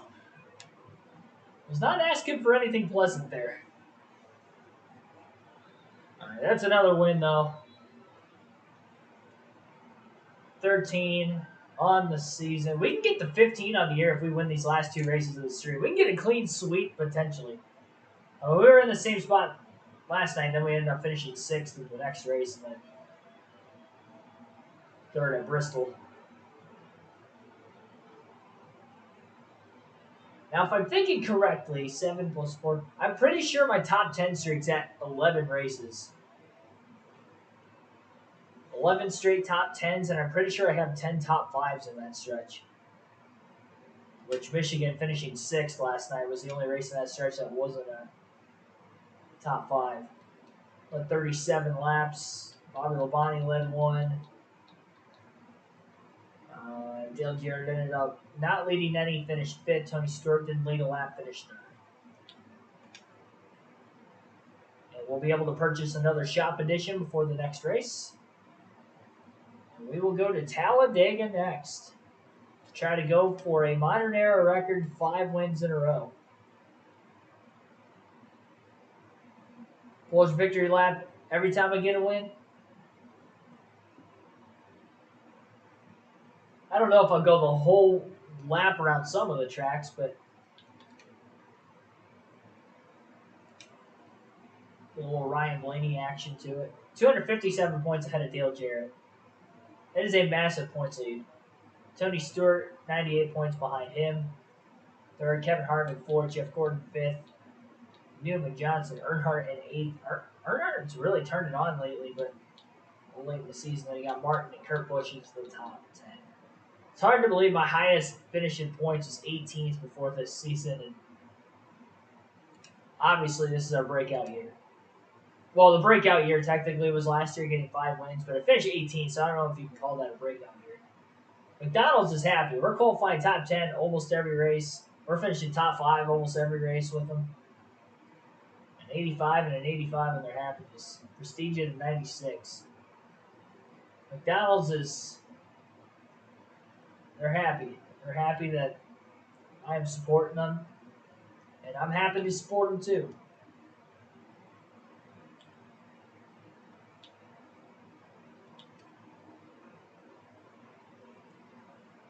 All right, on to Dega. Should have a bunch of super speedway equipment at the ready. That speedway body getting worked on. Get the short track engine worked on before Martinsville next stream. So we'll overhaul that short track engine. We're gonna overhaul this short track chassis.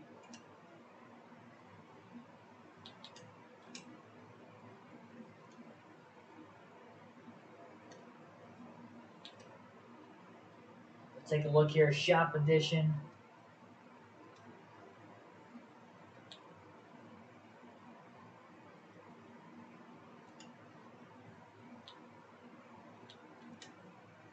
Going for the 10 plus engine power, 3 mil, 9 races. So just after the Daytona 500, right after the Daytona 500 next season, we'll get that new engine at the ready.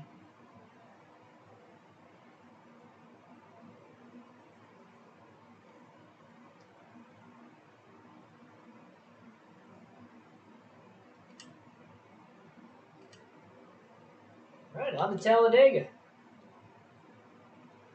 Bring the super speedway equipment.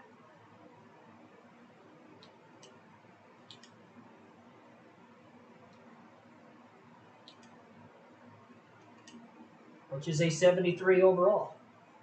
Trying to win 5 straight races at Talladega and trying to win 5 straight races on the season, which would be a modern era record if we could do that. It'd be our 14th win of the year, and I believe it'd be career win number 20 if we win this race. So next win will be career win number 20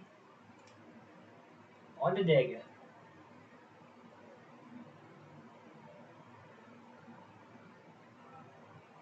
See if we qualify top 10. I think I qualified 11th here earlier in the season. But I think I only had a super speedway engine and chassis. I don't think I had a super speedway body for that race. I'm flipping a little too much of the apron. All right, this is our get up to speed lap anyway. This one won't be the quickest regardless. I ran a perfect line in 1 and 2 or not.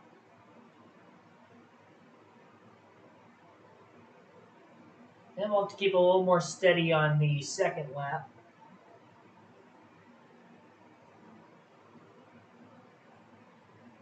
I haven't qualified on the pole in a super speedway yet. I'd like to. All the pole awards we've had, 15 of them. None of them on a super speedway. 24th lap 1 will pick up quite a bit for lap 2. I don't think we're going to get the pole here. I'd like to get top 10, at least get that sponsorship bonus. And we've seen cautions in the fall Dega race already on the career mode a few times. We didn't have one last season, but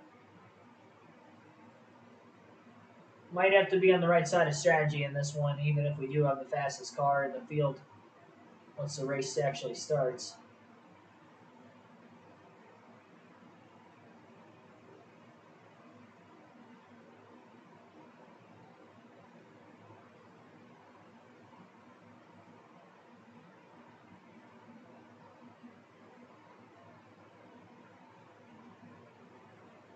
All right, pretty good.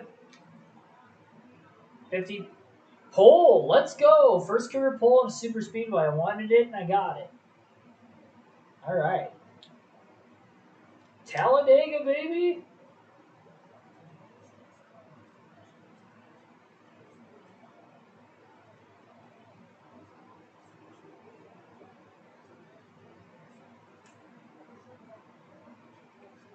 And let's go get ourselves a win.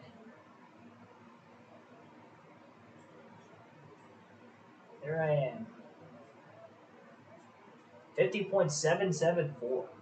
188.6 mile per hour average in qualifying. With a restrictor plate nonetheless.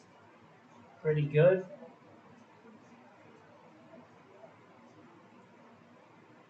Qualifying on the pole here. I literally can't qualify on the pole pretty much everywhere at this point. With a perfect lap, we have the speed to do it.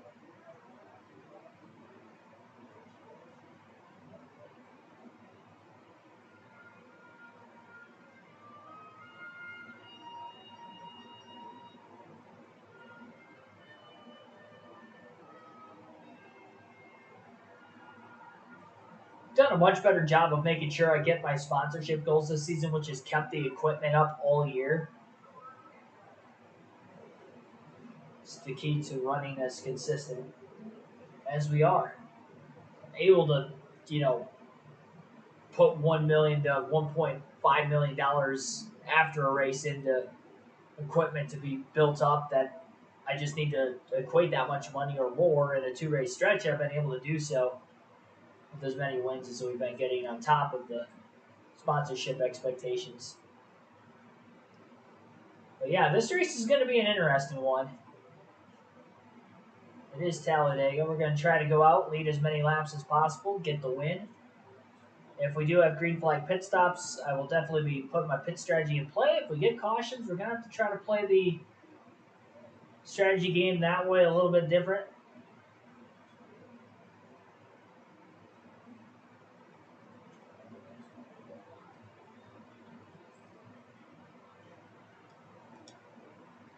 All right. On the pole. Boogity, boogity, boogity. Let's go racing, boys. All clear into turn 1. That's what I like to see. Tony quickly pulled in line to the bottom as soon as I went high. Got back down to block him.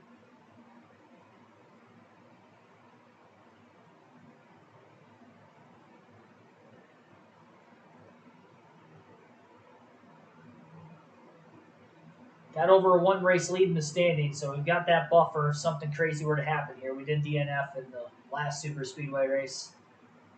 I also started a lot further back in the pack than what I did now. It was Tony Stewart who kind of caused me to get involved in that incident. Conveniently enough, he is starting right up there with me. Waltrip and Earnhardt working together. No surprise there. And we're going to lead lap 1. First of many, hopefully.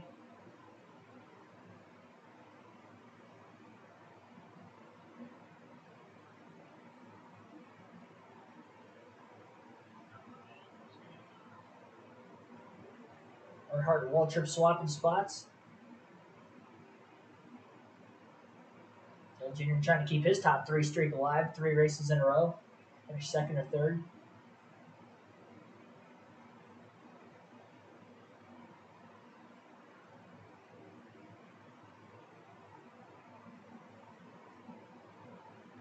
Thirds and just finished 2nd in the last one.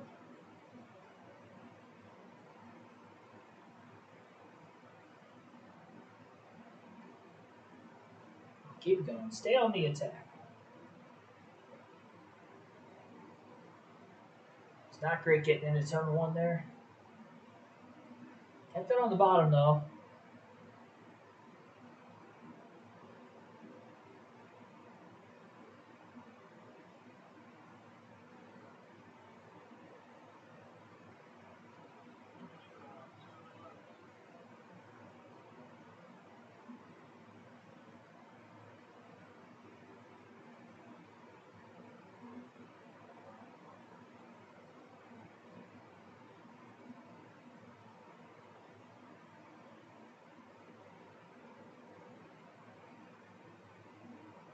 Well, that magic number to get the most laps led is just to lead 9. Led the first 3. There's 6 more to go. And we do have to make sure that we pit on lap 6, 12, and then we'll run to the end from there.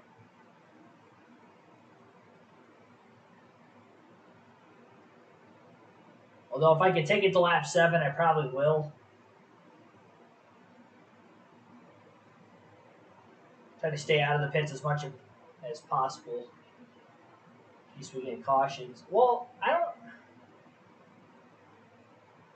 don't know that would be a good thing or a bad thing, though.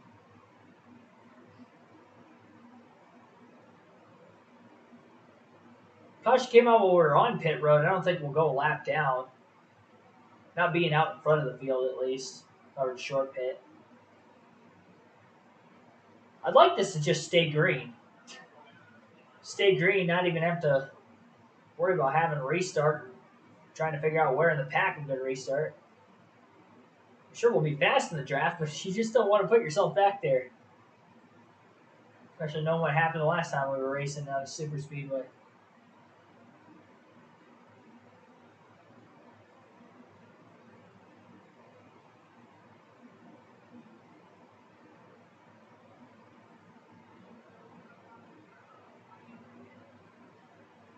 We Stuart Dale Jr. and others pitting. It looked like Michael Waltrip pitted out that lead pack too.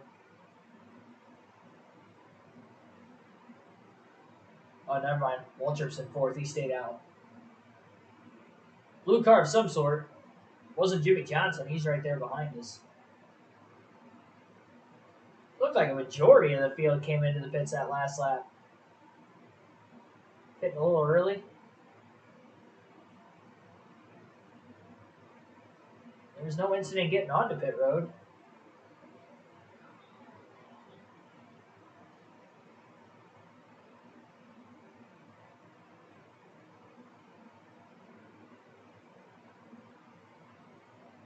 Oh, this is the lap to pit. Locked him up a little bit. That's all right. Wanted to make sure I wasn't going to speed. Right sides only. Top it off on fuel.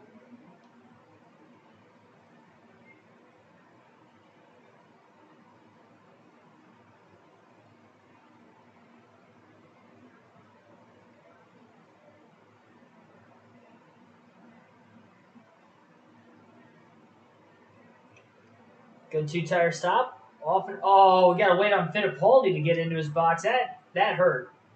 We're still going to beat him out of the pits, but we're not going to have as big of a lead as I would have hoped for. There's one more car. Greg Biffle stayed out 1 lap longer than everybody else.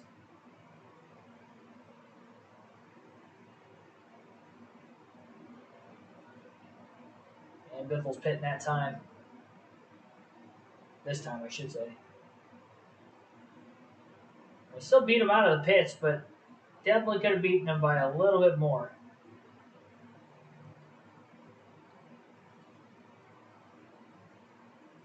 I was wondering why they were holding me in the box for so long. Makes sense now.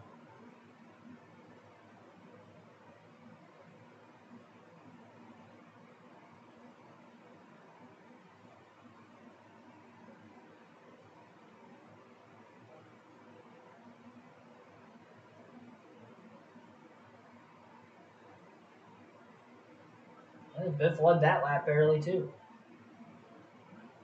And he got some laps led, got some bonus points. Good for Biff. Wonder where he's going to cycle. But somewhere halfway decent.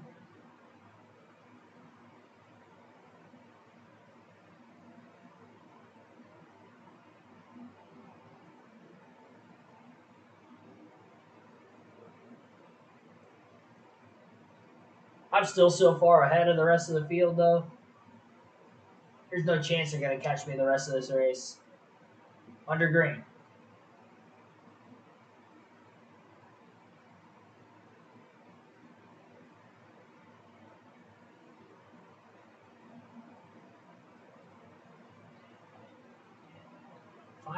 .9 seconds over Jimmy Johnson. qualified pole, so I know I've got good single car speed too. Older left side tires maybe hurt a little bit. To change those left sides this next stop.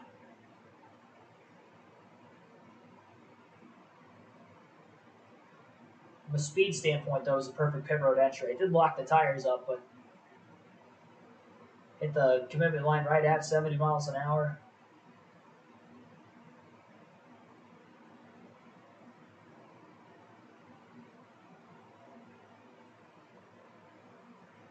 Tire wear is definitely a lot better with more mechanical grip, I've noticed too this season. That's definitely helped the long run speed out even more than what I had on the intermediate tracks, especially through the first 3 seasons.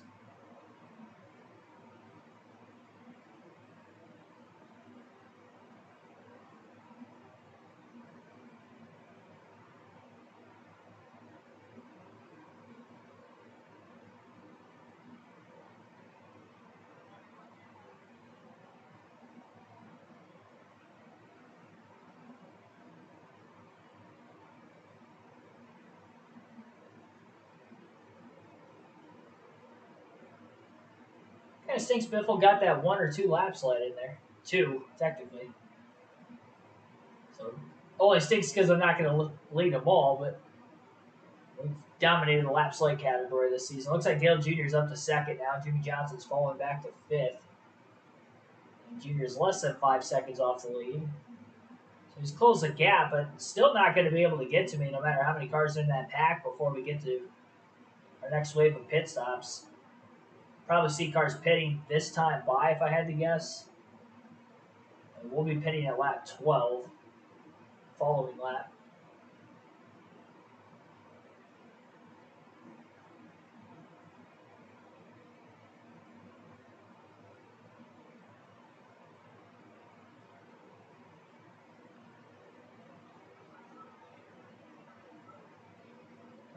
We do have cars pitting this time.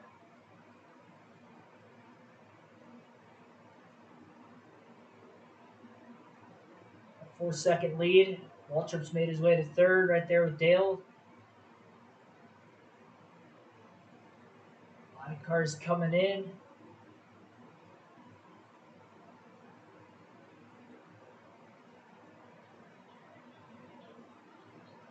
It'll be left sides only this time by.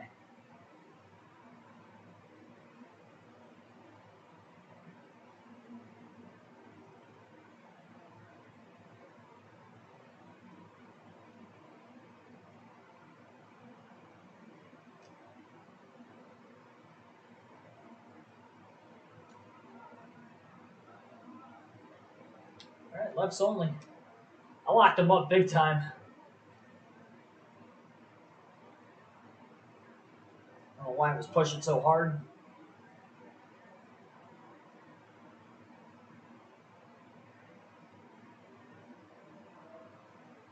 A little bit of a mistake. Good thing we've got a good lead.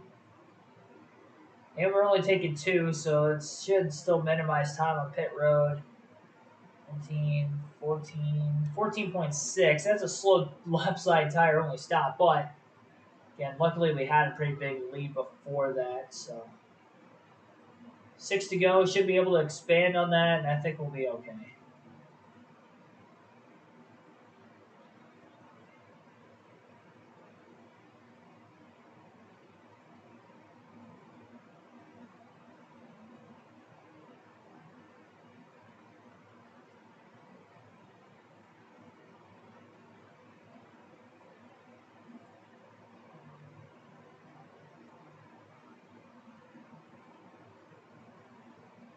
Biffle's going to stay out an extra lap again. There's actually quite a few cars that did that time. A lot more than before. Still gapping them.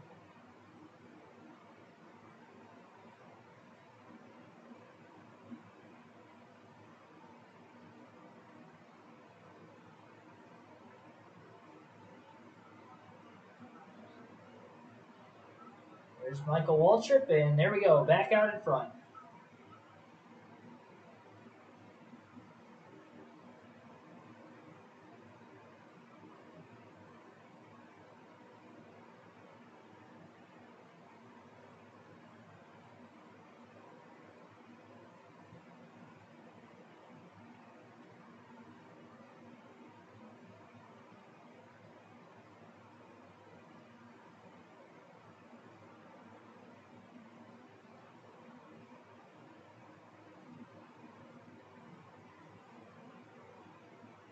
All right, just continue to stay green, please.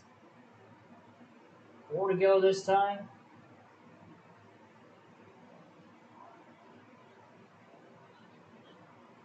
Punch the most laps led.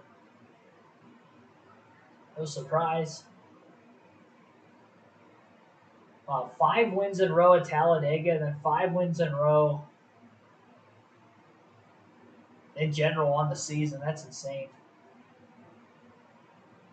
And we'll try to make it 6 at Kansas. I have no guarantees there. I mean, we ran like around 30th that whole race there last year. I don't think we'll be that bad considering we'll have a Speedway chassis, engine, and body, but I don't know that's going to pick up that many positions at the same time. We'll see, though.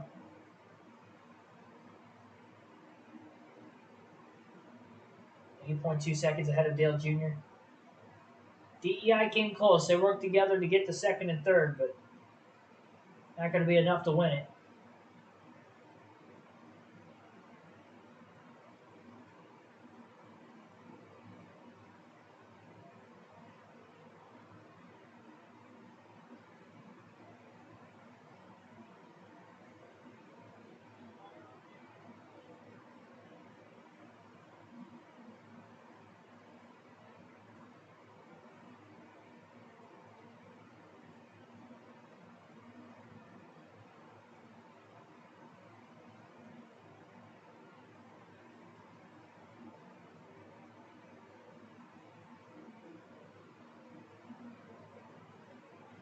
Two to go.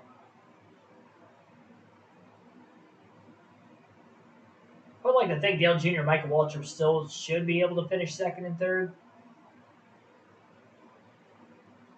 Should.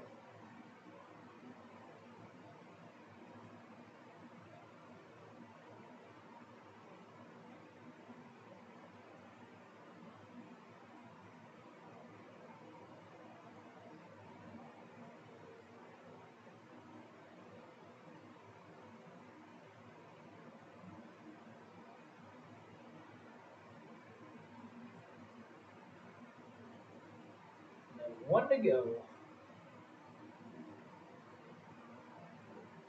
Second straight fall Dega race to go caution free.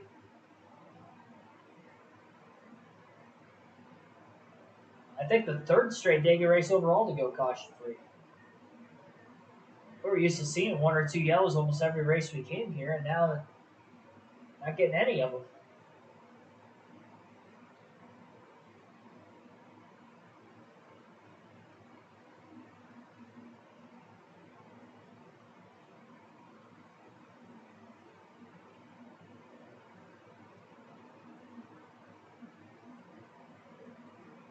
All right, 1 to go. Coming to the checker.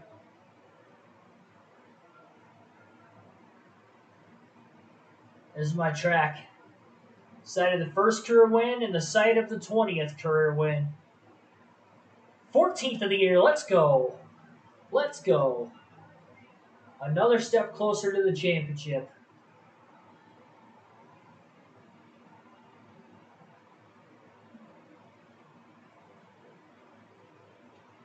To the end of the grandstand seating over here.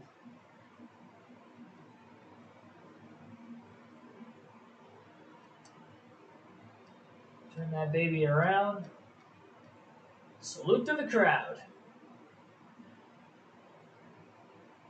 Let's go.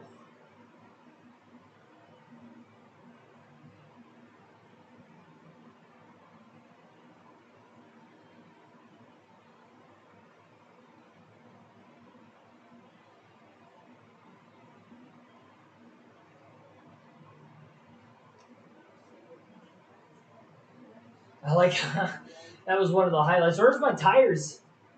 My tires are gone. Things sitting low. There they are. Back on it. A little glitch on that replay camera. Clean race car. And a clean race day. Once again.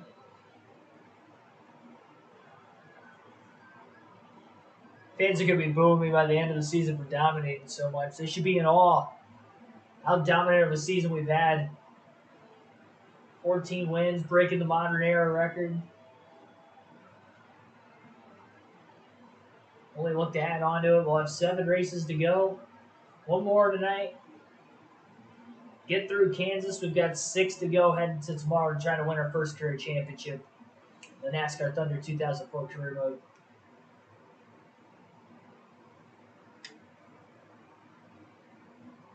1.9 mil.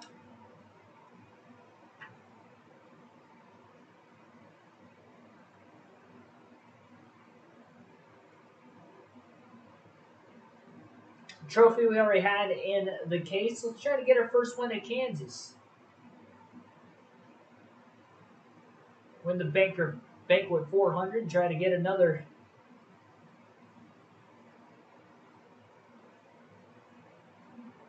Be another milestone win with it being the 15th win of the season. We win this next race.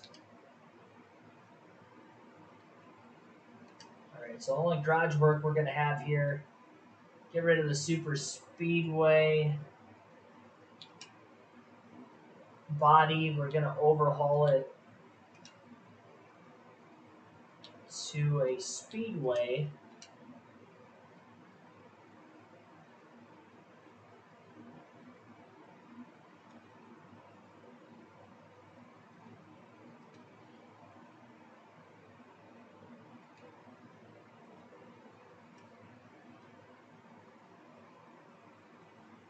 Short track chassis going. Short track engine. I probably should have done the short track body first. And got another speedway. That's alright. Still have one more traditional short track in Martinsville yet. Obviously 8 more races on the shop edition. Won't have to worry about that at all the next stream. Just focus on winning the championship. We'll worry about next season when next season comes. It's kind of nice having to do that at the end of a season now. We didn't really have to do that before. 342-point lead over Dale Jarrett. Over $1.5 million more than Tony Stewart in the earnings this season. Where's Dale Jarrett at in earnings? Oh, he's done okay. I noticed he wasn't second, but he was second in points. 342 ahead. Tony Stewart continues to close that gap for second on Dale Jarrett. Dale Jarrett trying to get a second place points finish. And we'll see. We have 17 poles, 14 wins, 22 top 5s, 25 top 10s. Average start 6.3. Best of all the full-time drivers. Average finish is the best, 6.7 average finish. 7.4 for Dale Jarrett. Crazy. What did Jarrett have last season for average finish? He finished second in points last season. He doesn't even have a win this year either. No wins.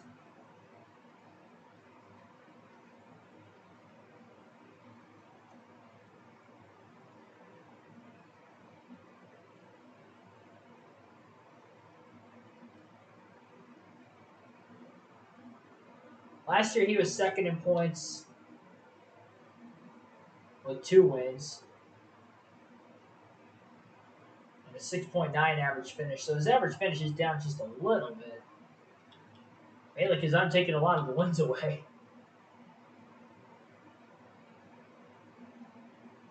Finished 4th in our second season. Our first season he finished 7th.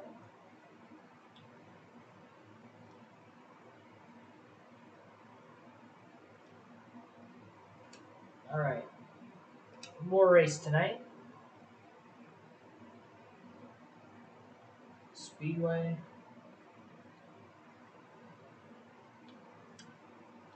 '71, 71.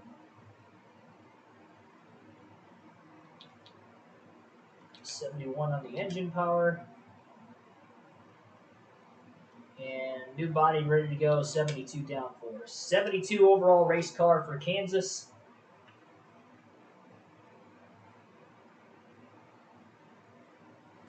All right, well. Trying to get the clean sweep, win all 6 races on the stream, that'd be something. Trying to get our first win ever at Kansas. Got over 2 full races Ahead of Dale Jarrett and Tony Stewart in the point standings. We really ballooned that up very quickly. And we will qualify at the Kansas Speedway.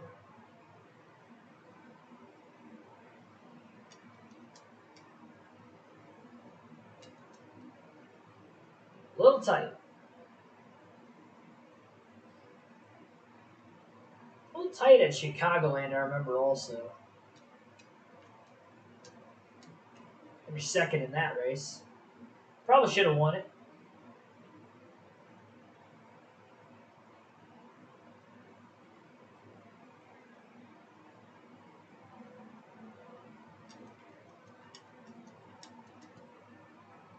I backed that corner up so much.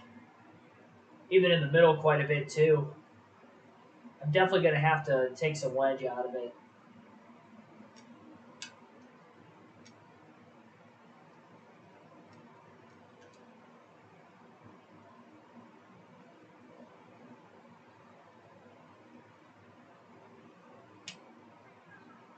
.710. 12th, I mean, not bad. This is definitely not a good track for me, though. Didn't get the sponsorship bonus. Dale Jarrett's on the pole. Tony Stewart starting second. Definitely going to take some wedge out of it. I'm going to take a full round of wedge out of the race car. We'll see what that does. Hopefully it does good.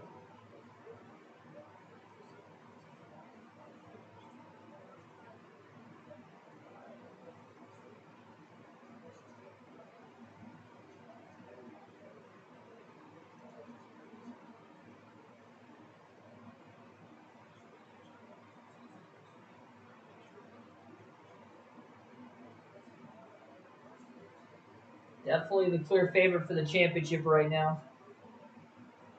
Let's not squander this in the finishing races. Got about a 2-race buffer on the field with 7 to go.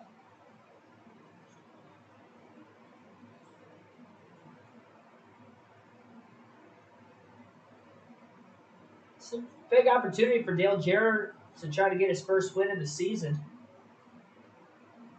Second in points, running out of races, try to get that win before the season's out.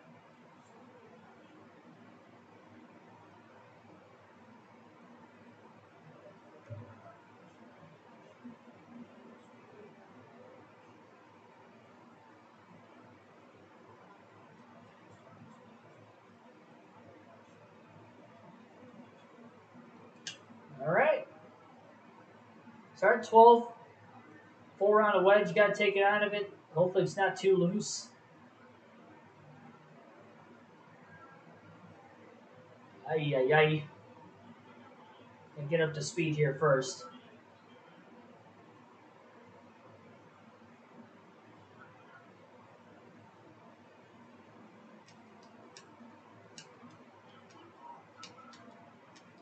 Oh boy, I got to remember not to touch that apron. It's not even the apron, it's just the white line. You touch the white line, you're done.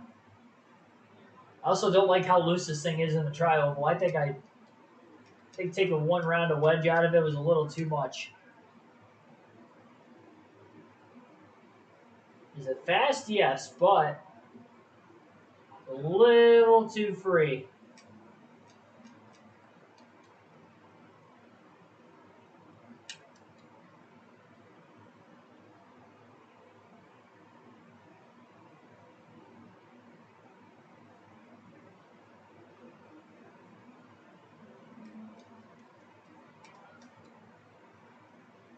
Really sailing off into turn 1 quite a bit. It's quicker than it was in qualifying just because it does stay glued to the bottom a little better.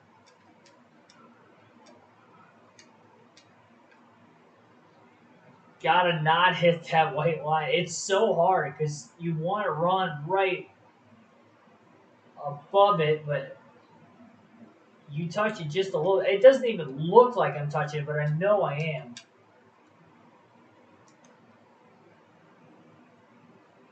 The more we slide those rear tires, the looser it's going to be. I'm definitely going to have to tighten it up just a little bit when we get to that first pit stop.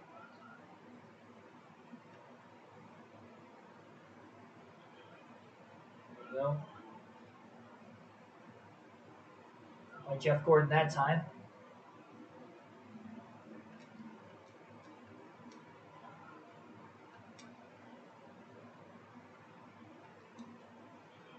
I don't even know if Jarrett led a lap. Sorry, back to fourth. Stewart's in third.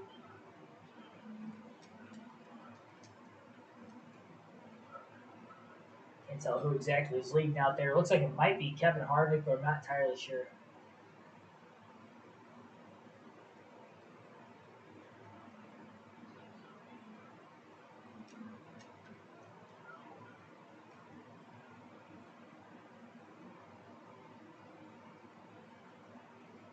He's going to retire at the end of the season? Yeah, I'm not sure.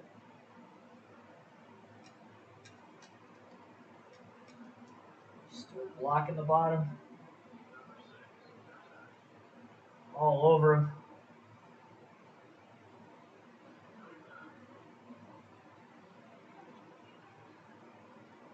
A bit of contact with Tony there. Sail it off into turn one. Oh, I overdrove it. Oh, Mark. Was he? Oh my gosh, Jimmy. You guys not know what the brake pedal is? Jeez Louise. What was that?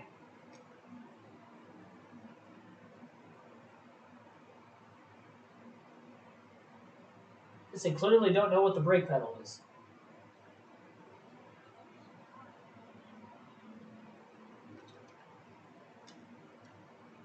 I definitely overdrove it, for starters.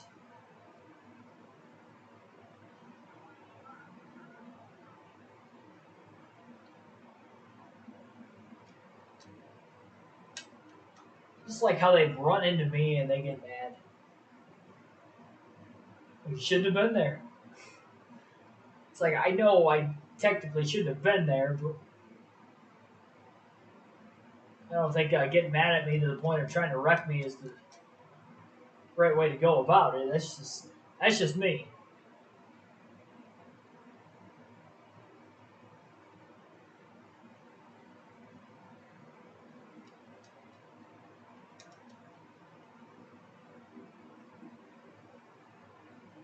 Nobody in front of us pitting that time.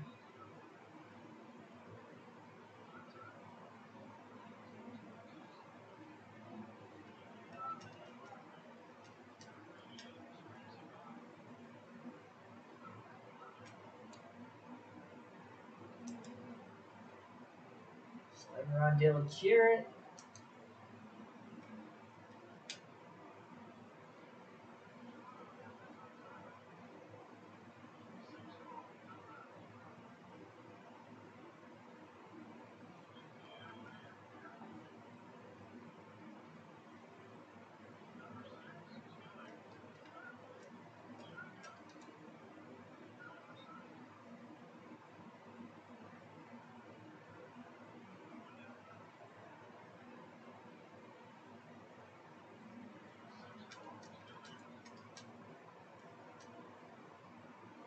Crowded Mark Martin there.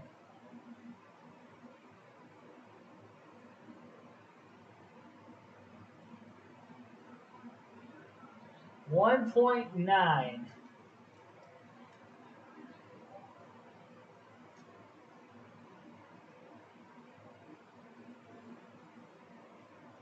Gonna pit this time.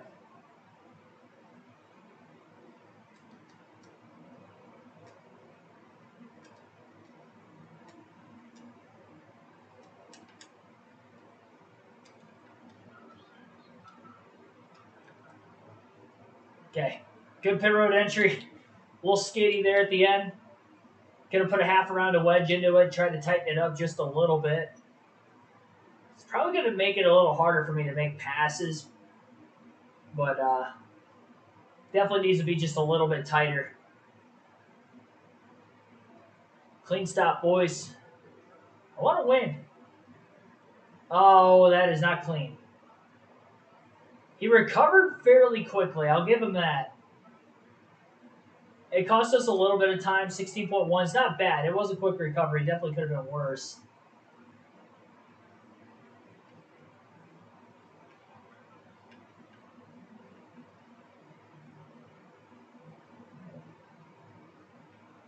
pull up to the racetrack just a little bit sooner than what I did.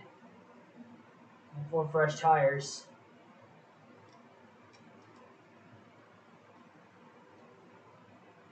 Really hoping a lot of the leaders stay out a bit longer. Jimmy Johnson's into pit.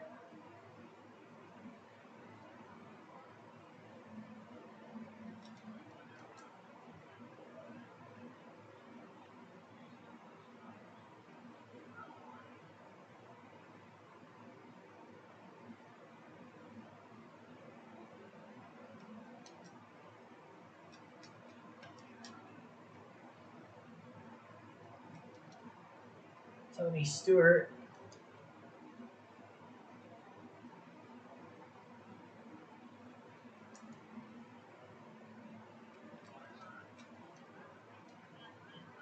Tony Stewart, Kevin Harvick.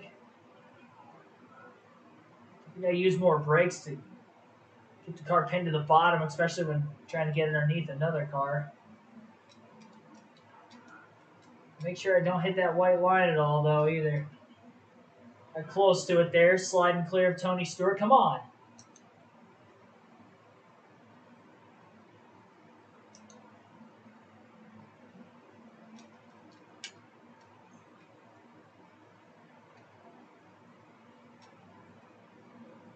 Can't make any major mistakes here.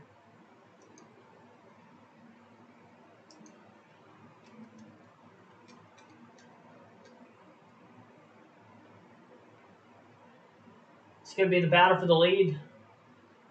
Pitted a lap or two before these guys. That made up a big difference.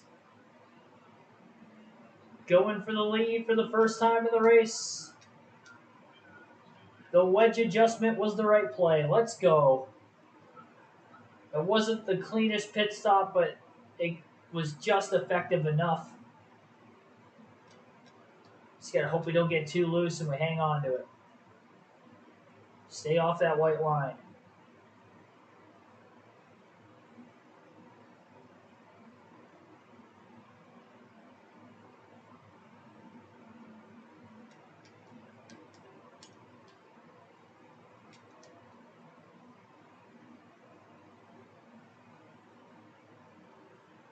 Harvick having those slightly fresher tires, though, is not going to be easy for me to try to pull away by any means.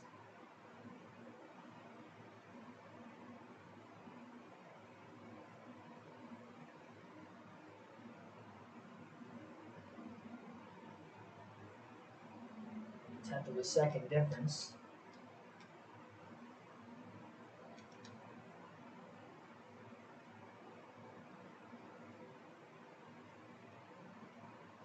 I definitely can't make a mistake. I got to keep it off that white line. Keep it off the white line. Keep it off the wall. And it's going to be tough for him to get a run at us and pass us.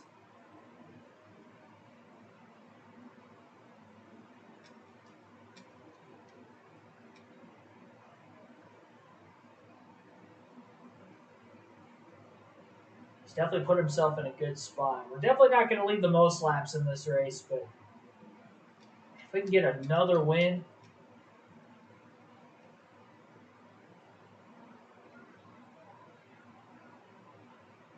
I'm a big believer. At this point, I mentioned that we could qualify the pole anywhere. We could win anywhere.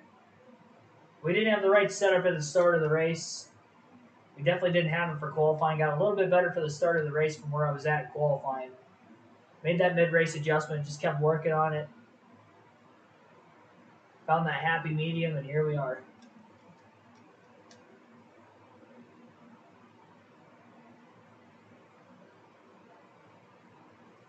Oh, okay. Didn't want that. 5 to go. It was a light wall scraper, okay.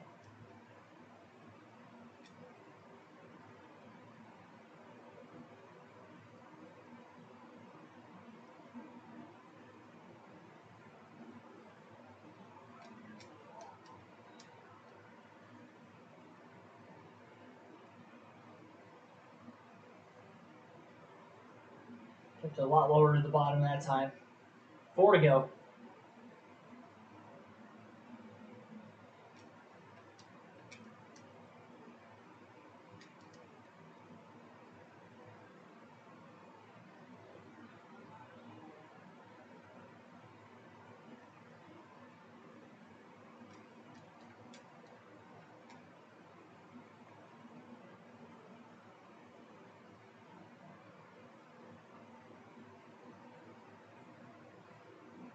3 to go. 9/10 ahead of Harvick now.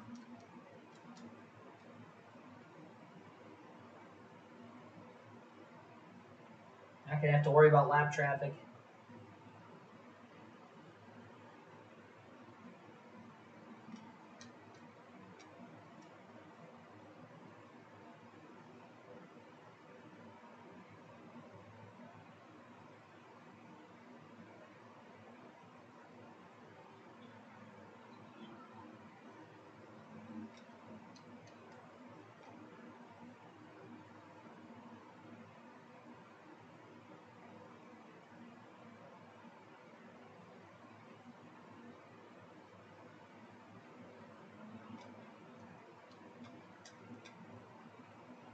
Cut the apron. I didn't have a big slide that time. Got kind of lucky.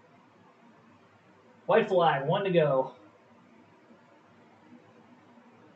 Man, 6 wins in a row. What a stretch of races at the time we needed it the most. Late in the season. Had to lift quite a bit. Got on the brakes, keeping it off the wall that time. Big lead. Coast our way into turns 3 and 4. And we've got another win. Let's go! 6 in a row. Keep it going. We have 6 more tomorrow night to win the championship.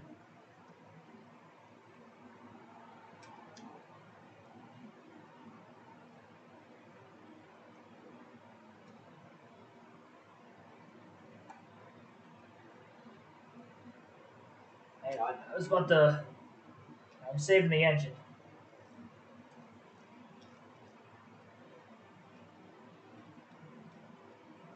Saving the engine. I want to go down to the end of the front stretch and then turn it around.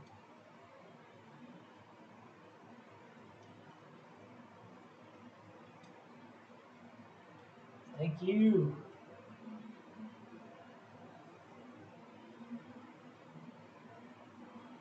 Another new trophy.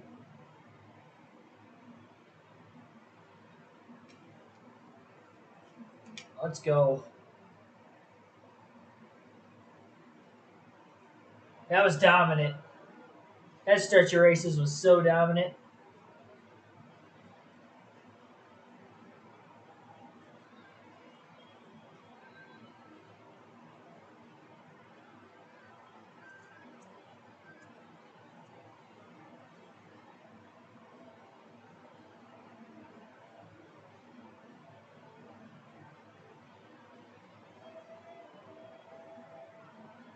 Yeah, I'm a big believer we can get to 200.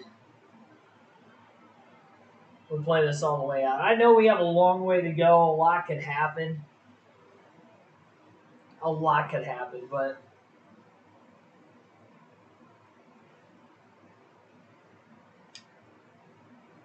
I mean, I don't see us losing too much speed. It's just I've never raced long enough into the career mode. Like when you get later in your career, do you start to regress? Like that's the only thing I'm wondering that could potentially keep us away from 200 career wins. I don't know if you regress or not. I think I tied. Yeah, I tied for the most laps led. I didn't think I had any shot at 10 bonus points, and I actually did get it. Tie with Kevin Harvick. It's a good thing I took the lead when I did. Those final 10 laps of the race. All right. Dale Jarrett finishes 7th. Tony Stewart 3rd. I don't know if that puts Stewart up to 2nd in points or not. It's very, very close between him and Dale Jarrett for 2nd.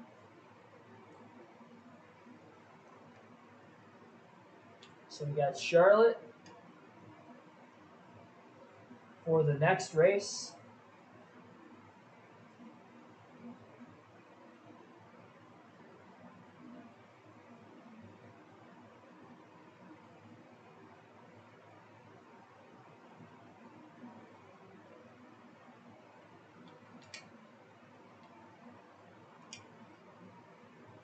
There's a look at the standings. 376 points ahead of Dale Jarrett. Unbelievable. 376.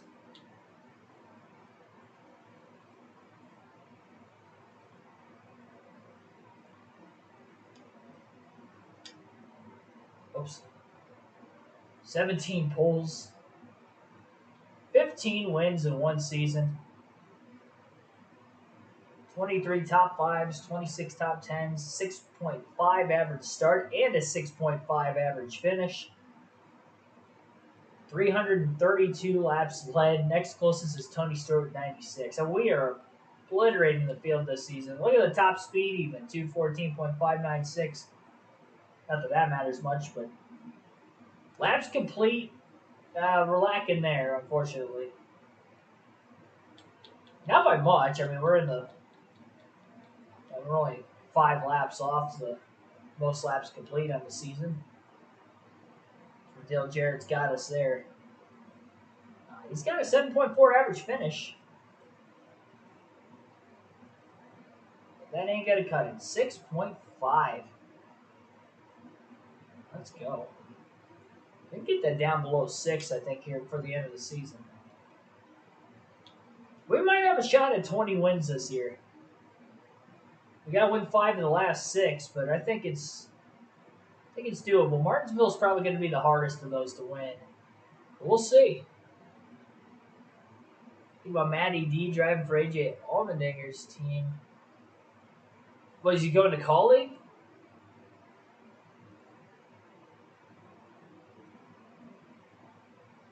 Tony Breidinger, I'm assuming. I honestly didn't hear any of that. My work days is tough for me to keep up on NASCAR news. But yeah, I didn't realize that. Are you talking about in the Cup Series or the Xfinity Series for Matty D? I didn't know he was going to Cup. It's interesting there. Might have been why AJ Allmendinger was as emotional as he was, because that may have been his final career win. If that is the case, I don't know if he's going to Cup or Xfinity. I need more details on that. I mean, Tony Breidinger, good luck to her. That's the same team Deegan technically ran for, right? Because it was DGR, but they rebranded. So yeah, I'm kind of curious to see how she does first season in the trucks, compared to Haley Deegan in the same equipment. So yeah, that'll be kind of a fun watch throughout next season.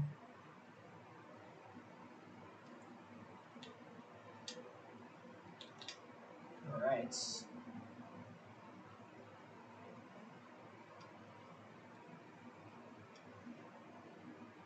We're going to have to run that same short track body for Martinsville.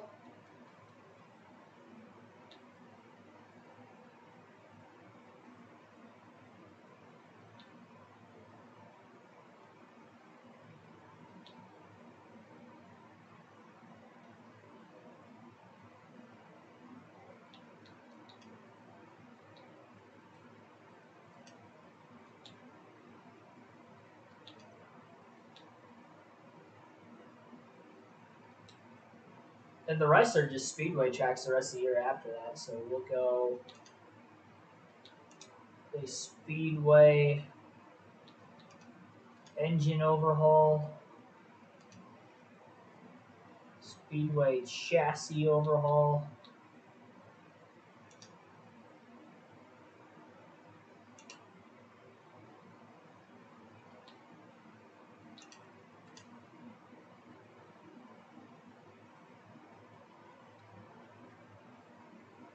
and the body, we've got one more race to wait there. Sponsorship, still pretty good, obviously. Anticipate the race to get paid. Xfinity Series, gotcha. Yeah, I mean, that's good for him. Daniel Hemrick obviously moving up to Cup in 31, I think, freed that spot open. Curious to see what he does. Hopefully he does better than what Daniel Hemrick and Landon Castle have done there in their tenure with Coley. They've been subpar. Matty D could perform better than those guys. No reason why he shouldn't be back in Cup the following year or two down the road and hopefully better equipment. Definitely stinks he dropped all the way down to the Truck Series like he did, considering he was in the playoffs in the Cup Series. I know he didn't win a race, but he did qualify for the playoffs his first season with the Wood Brothers.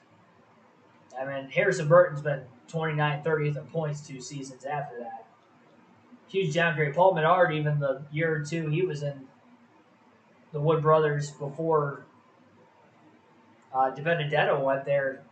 He was outside the top 20 in points as well. So sure, Matty D didn't get as much out of it as Ryan Blaney did, but still pretty serviceable driver. I think him working his way back to Cup, and maybe through culling is the best way to do it. AJ Allmendinger, he retires maybe in a couple years, and Matty D takes over for him, and we'll see. I mean, Chandler Smith's obviously there still. As of right now, that might not even be the case. I don't even know what's up in the air with that. I know he was rumored with Gibbs. So we'll just have to see how all the silly season stuff kind of shakes up going forward. A 376-point lead over Dale Jarrett. It's almost 3 races of points ahead of Jarrett. We'll definitely be on pace to clinching the championship a couple races early, which would be awesome. And get our first championship in this NASCAR Thunder 2004 career mode. Thank you, everybody, for watching. Like and subscribe for more daily NASCAR content. I'll see you guys tomorrow night as we wrap up Season 4 of the career mode.